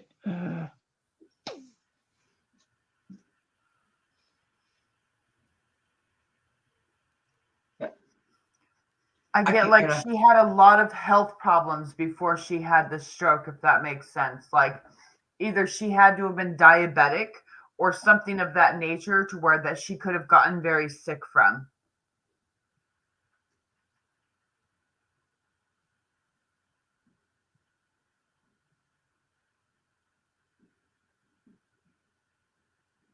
No, this person definitely has an English accent. I'm just not, I don't know the context of like where they're from. Like you guys do in the UK. I don't know the difference. Dementia, yes, both in nursing home.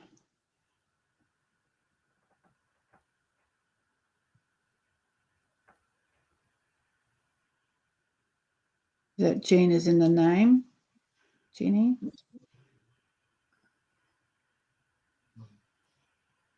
Yes. Juanita, that would explain why she has no memory. Because it's like she's grasping at straws for memory. Like she's like, I don't understand what happened. She just suddenly forgot. That's how it felt to her. Like she just suddenly forgot everything. And next thing you know, she felt like she was calling people because she was a block from her house and had no idea where she was. I said someone walked straight past me.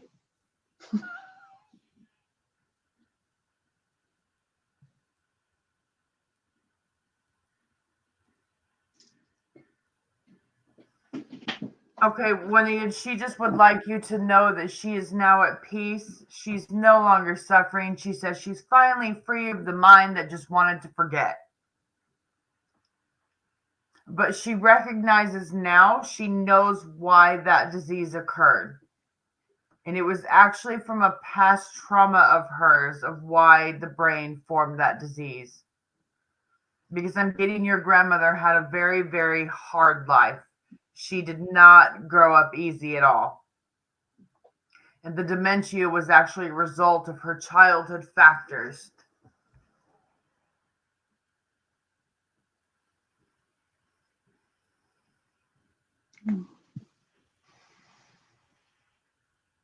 And she just didn't quite recover from that.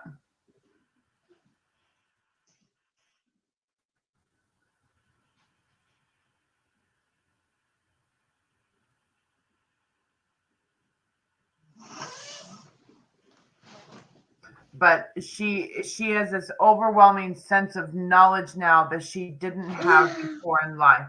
She's this overwhelming sense of peace that she didn't have in life. So at the moment she died, everything was aware. She was fully awake, like she had the knowledge of all.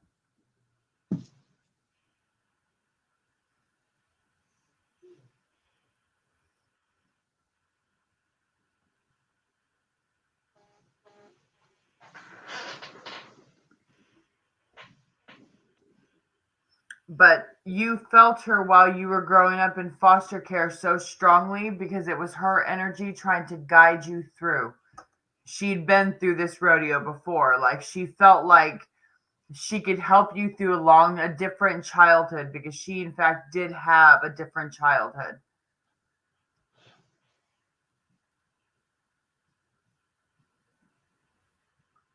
Right. She's letting you know that she's with you always, and she's always going to continue to practice that concept of trying to keep you as safe as possible. But she's more awake now than she ever felt like she was in life.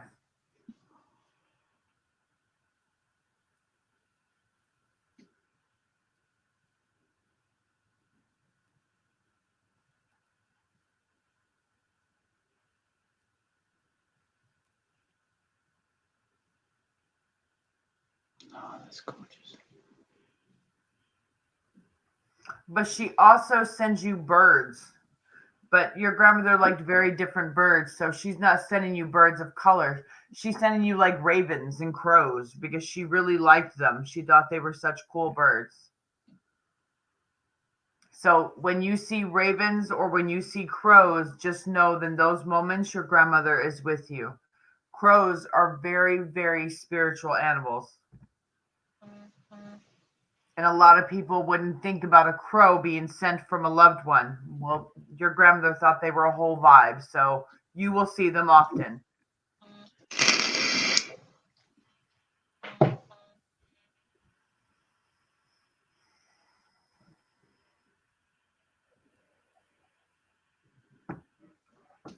You are very welcome.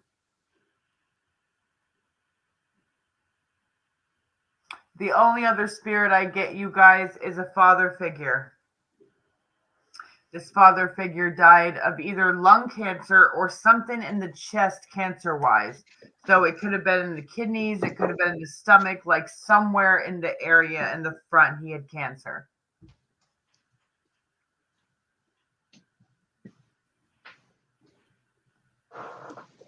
She's with a few people over there, Juanita.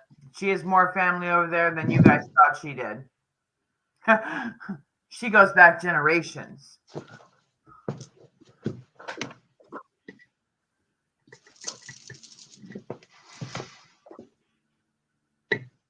Hey, Penny. Okay, then that's who she's also bringing forward also, because that's the only other soul that I got was someone who died of lung cancer. Oh. So I guess there's your testament that She's with him. your dad died of lung cancer too, Kelly? Now let me see something.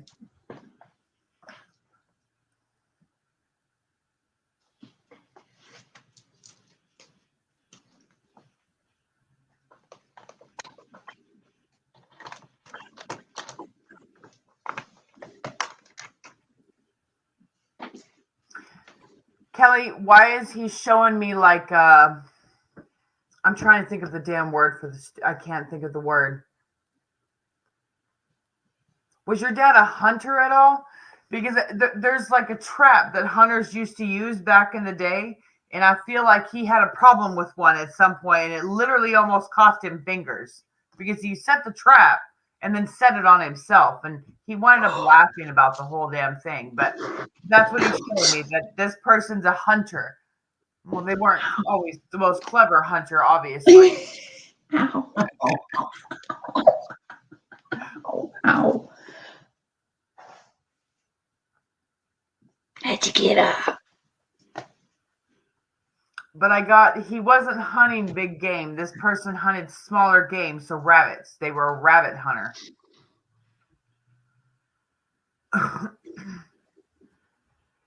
Because this person has dogs with him. And when I think of dogs, I think of rabbit dogs, like coon dogs, like ones that are made to hunt smaller game.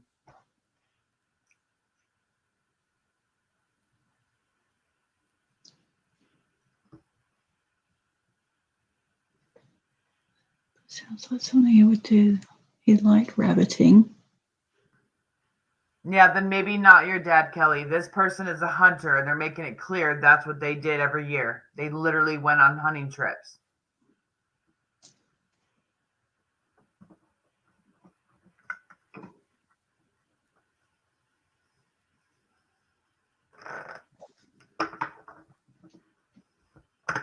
But at the same time, they're showing me a very specific type of lung cancer that's extremely aggressive.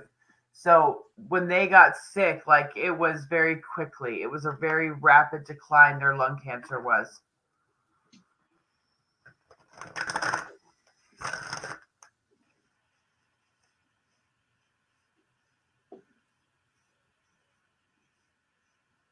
I see it being in their mind like a matter of weeks, but it was actually a matter of months because they were asleep for most of it.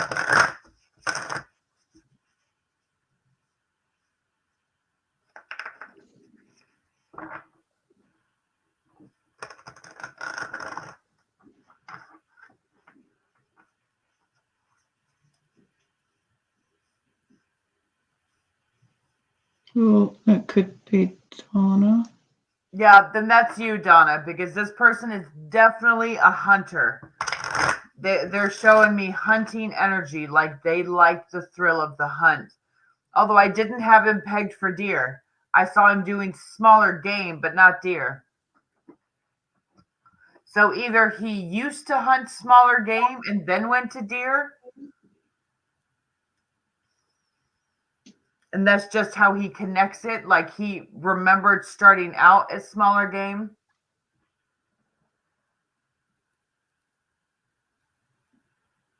Yeah, and see, that's why, Donna, it would feel like to him like it was really quick because lung cancer, my grandfather died of my grandmother died of a severe form of lung cancer.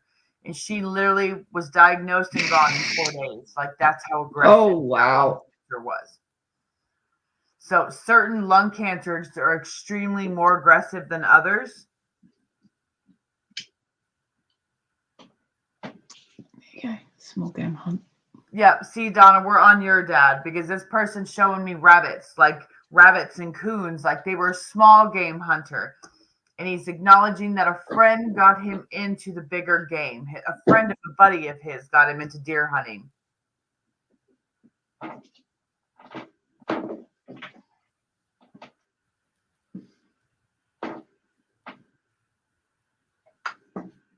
So just know, Donna, that your dad is taking time to step forward and letting you know that he is good. He is at peace, first of all, and he can finally breathe. Because before he was diagnosed with the lung cancer, he just kept feeling this pressure on his chest. He kept feeling like he was just winded. Like he would go out and just, go down the stairs after a while, and it was just like it was winding him. But your dad's a very stubborn man, so he wasn't going to go to the hospital. Somebody else made him go see a doctor, correct?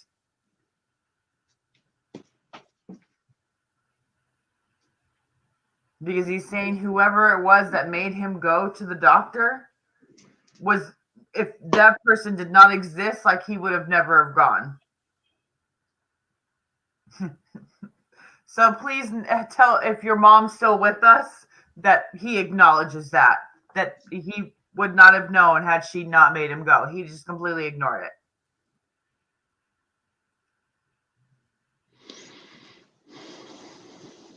But I also see your dad in a plane of learning. He's chose to learn this afterlife. So he's learning in different settings of certain things that are not privileged to my information. Like What he's learning, I don't need to know, so I don't see that. But he would also like to thank his wife for the many years, the beautiful life they had, the children he granted, she granted him. He was just in awe of how much she always gave him, and he was not an easy person to love. He was a very stubborn man as the days are long, and sometimes that takes a strong woman to deal with. And he just felt like his wife was solid on that. She was solid on taking care of him when he got sick. She just was always there, making sure that he had everything he needed, even when she was so fearful of losing him.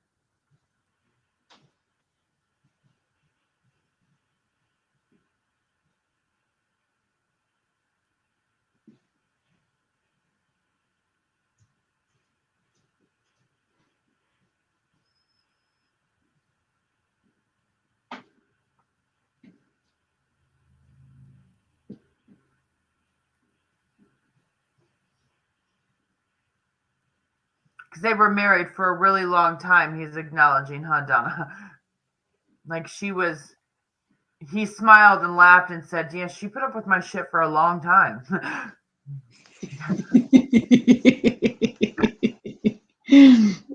Like it was a joke between them about, one of these days you're going to give me some shit and I'm going to, that'll be it.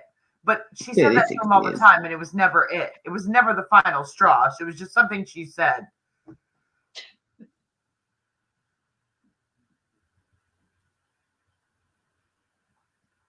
Right. And the reason for that is, Donna, is because a lot of the times the soul's aware it's nearing its end.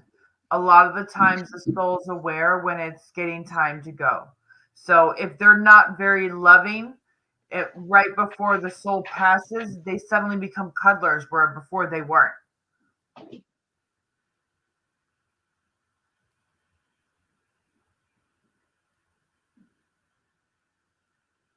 But he just wanted everybody to know that he didn't always show it, but he was super proud of his family, of his life, of everything that life and taught him. And he said, but especially the lessons I got from my children.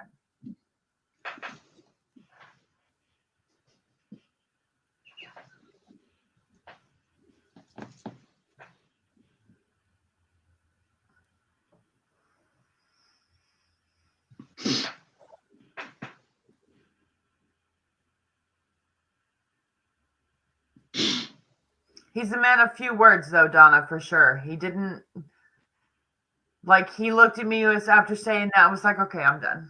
Like, that's all I had to say. Like, he just wanted to come through.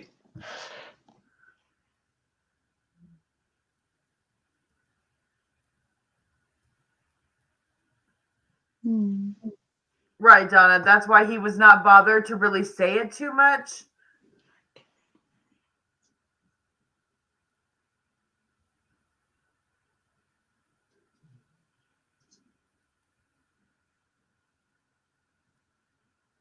Because he showed it in other ways. Your dad didn't. It's not that he did not have a love language. He did. It was just very different. And he wasn't the type to make you have to say it. He was the type that you knew you were one of the most important people in his life. And that's what I love about her dad right now, is like, he didn't have to say it. You just knew that if anybody ever did something wrong to you, like, that's going to be the man coming at you, and that's fine. You know what I mean? Like, it was just well known.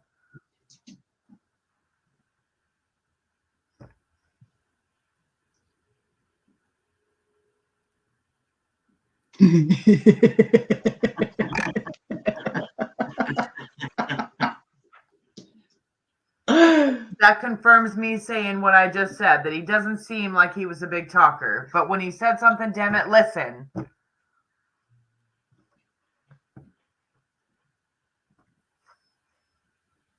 But he just wanted to take the time and just kind of, bump it and be like, hey.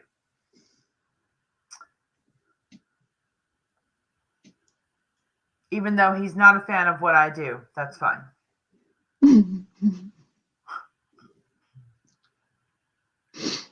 I bet he's grateful that he gets to do this though. Yeah, usually when they say something like that, they're just giving me a hard time. It's just the soul. Like it means he's quiet, but he would still give you a hard time. Mm.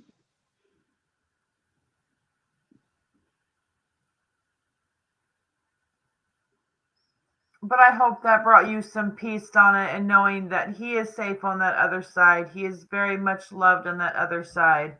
And he's with a whole bunch of other family and generations.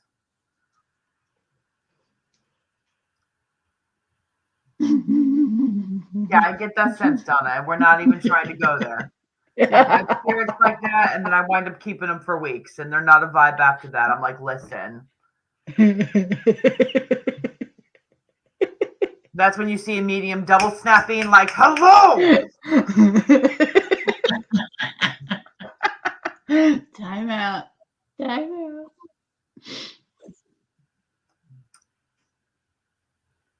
Oh, thank you for getting them through. Well, I'm glad I could connect you guys after so many years, Donna. He just wanted to take a chance to be like, hey, kid.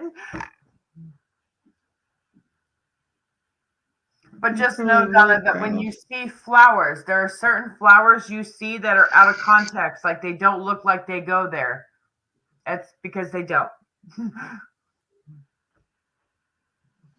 That's just where your dad decided to make them grow. Or to place them so they were in your view.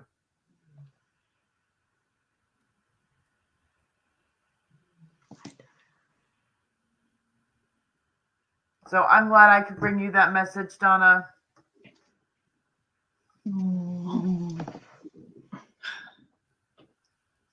Don't say him. All right, thank you everyone, especially Tracy and Jamie. Thank you for doing this long stint. He'll come through when the time's right, Kelly.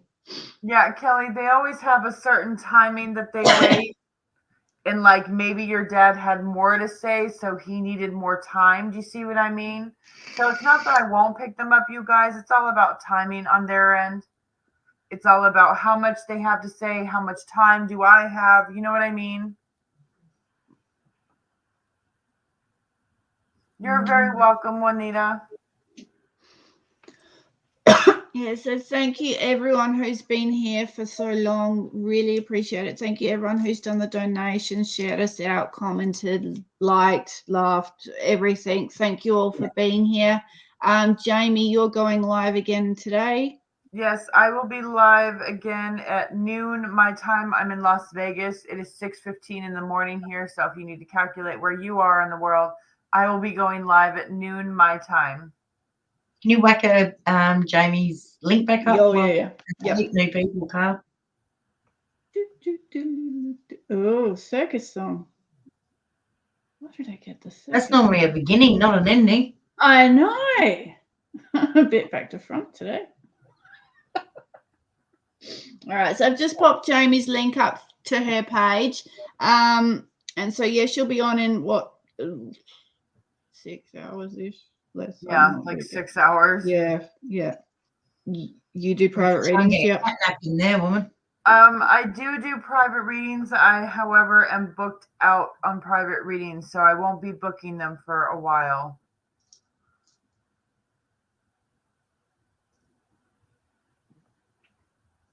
See you, Brookie. Fingers aching. Yes, we're going to go get some sleep. We're all going to go get some sleep. You're wiping the wrong direction. I'm wiping. All right, so thank you all. Mwah, love you all, and we'll see you again soon. Bye, everybody. Bye, babe. I gotta find the button. Hang on, let's do this. I'm gonna go. Dun, dun, dun, dun, dun. We're gonna go here.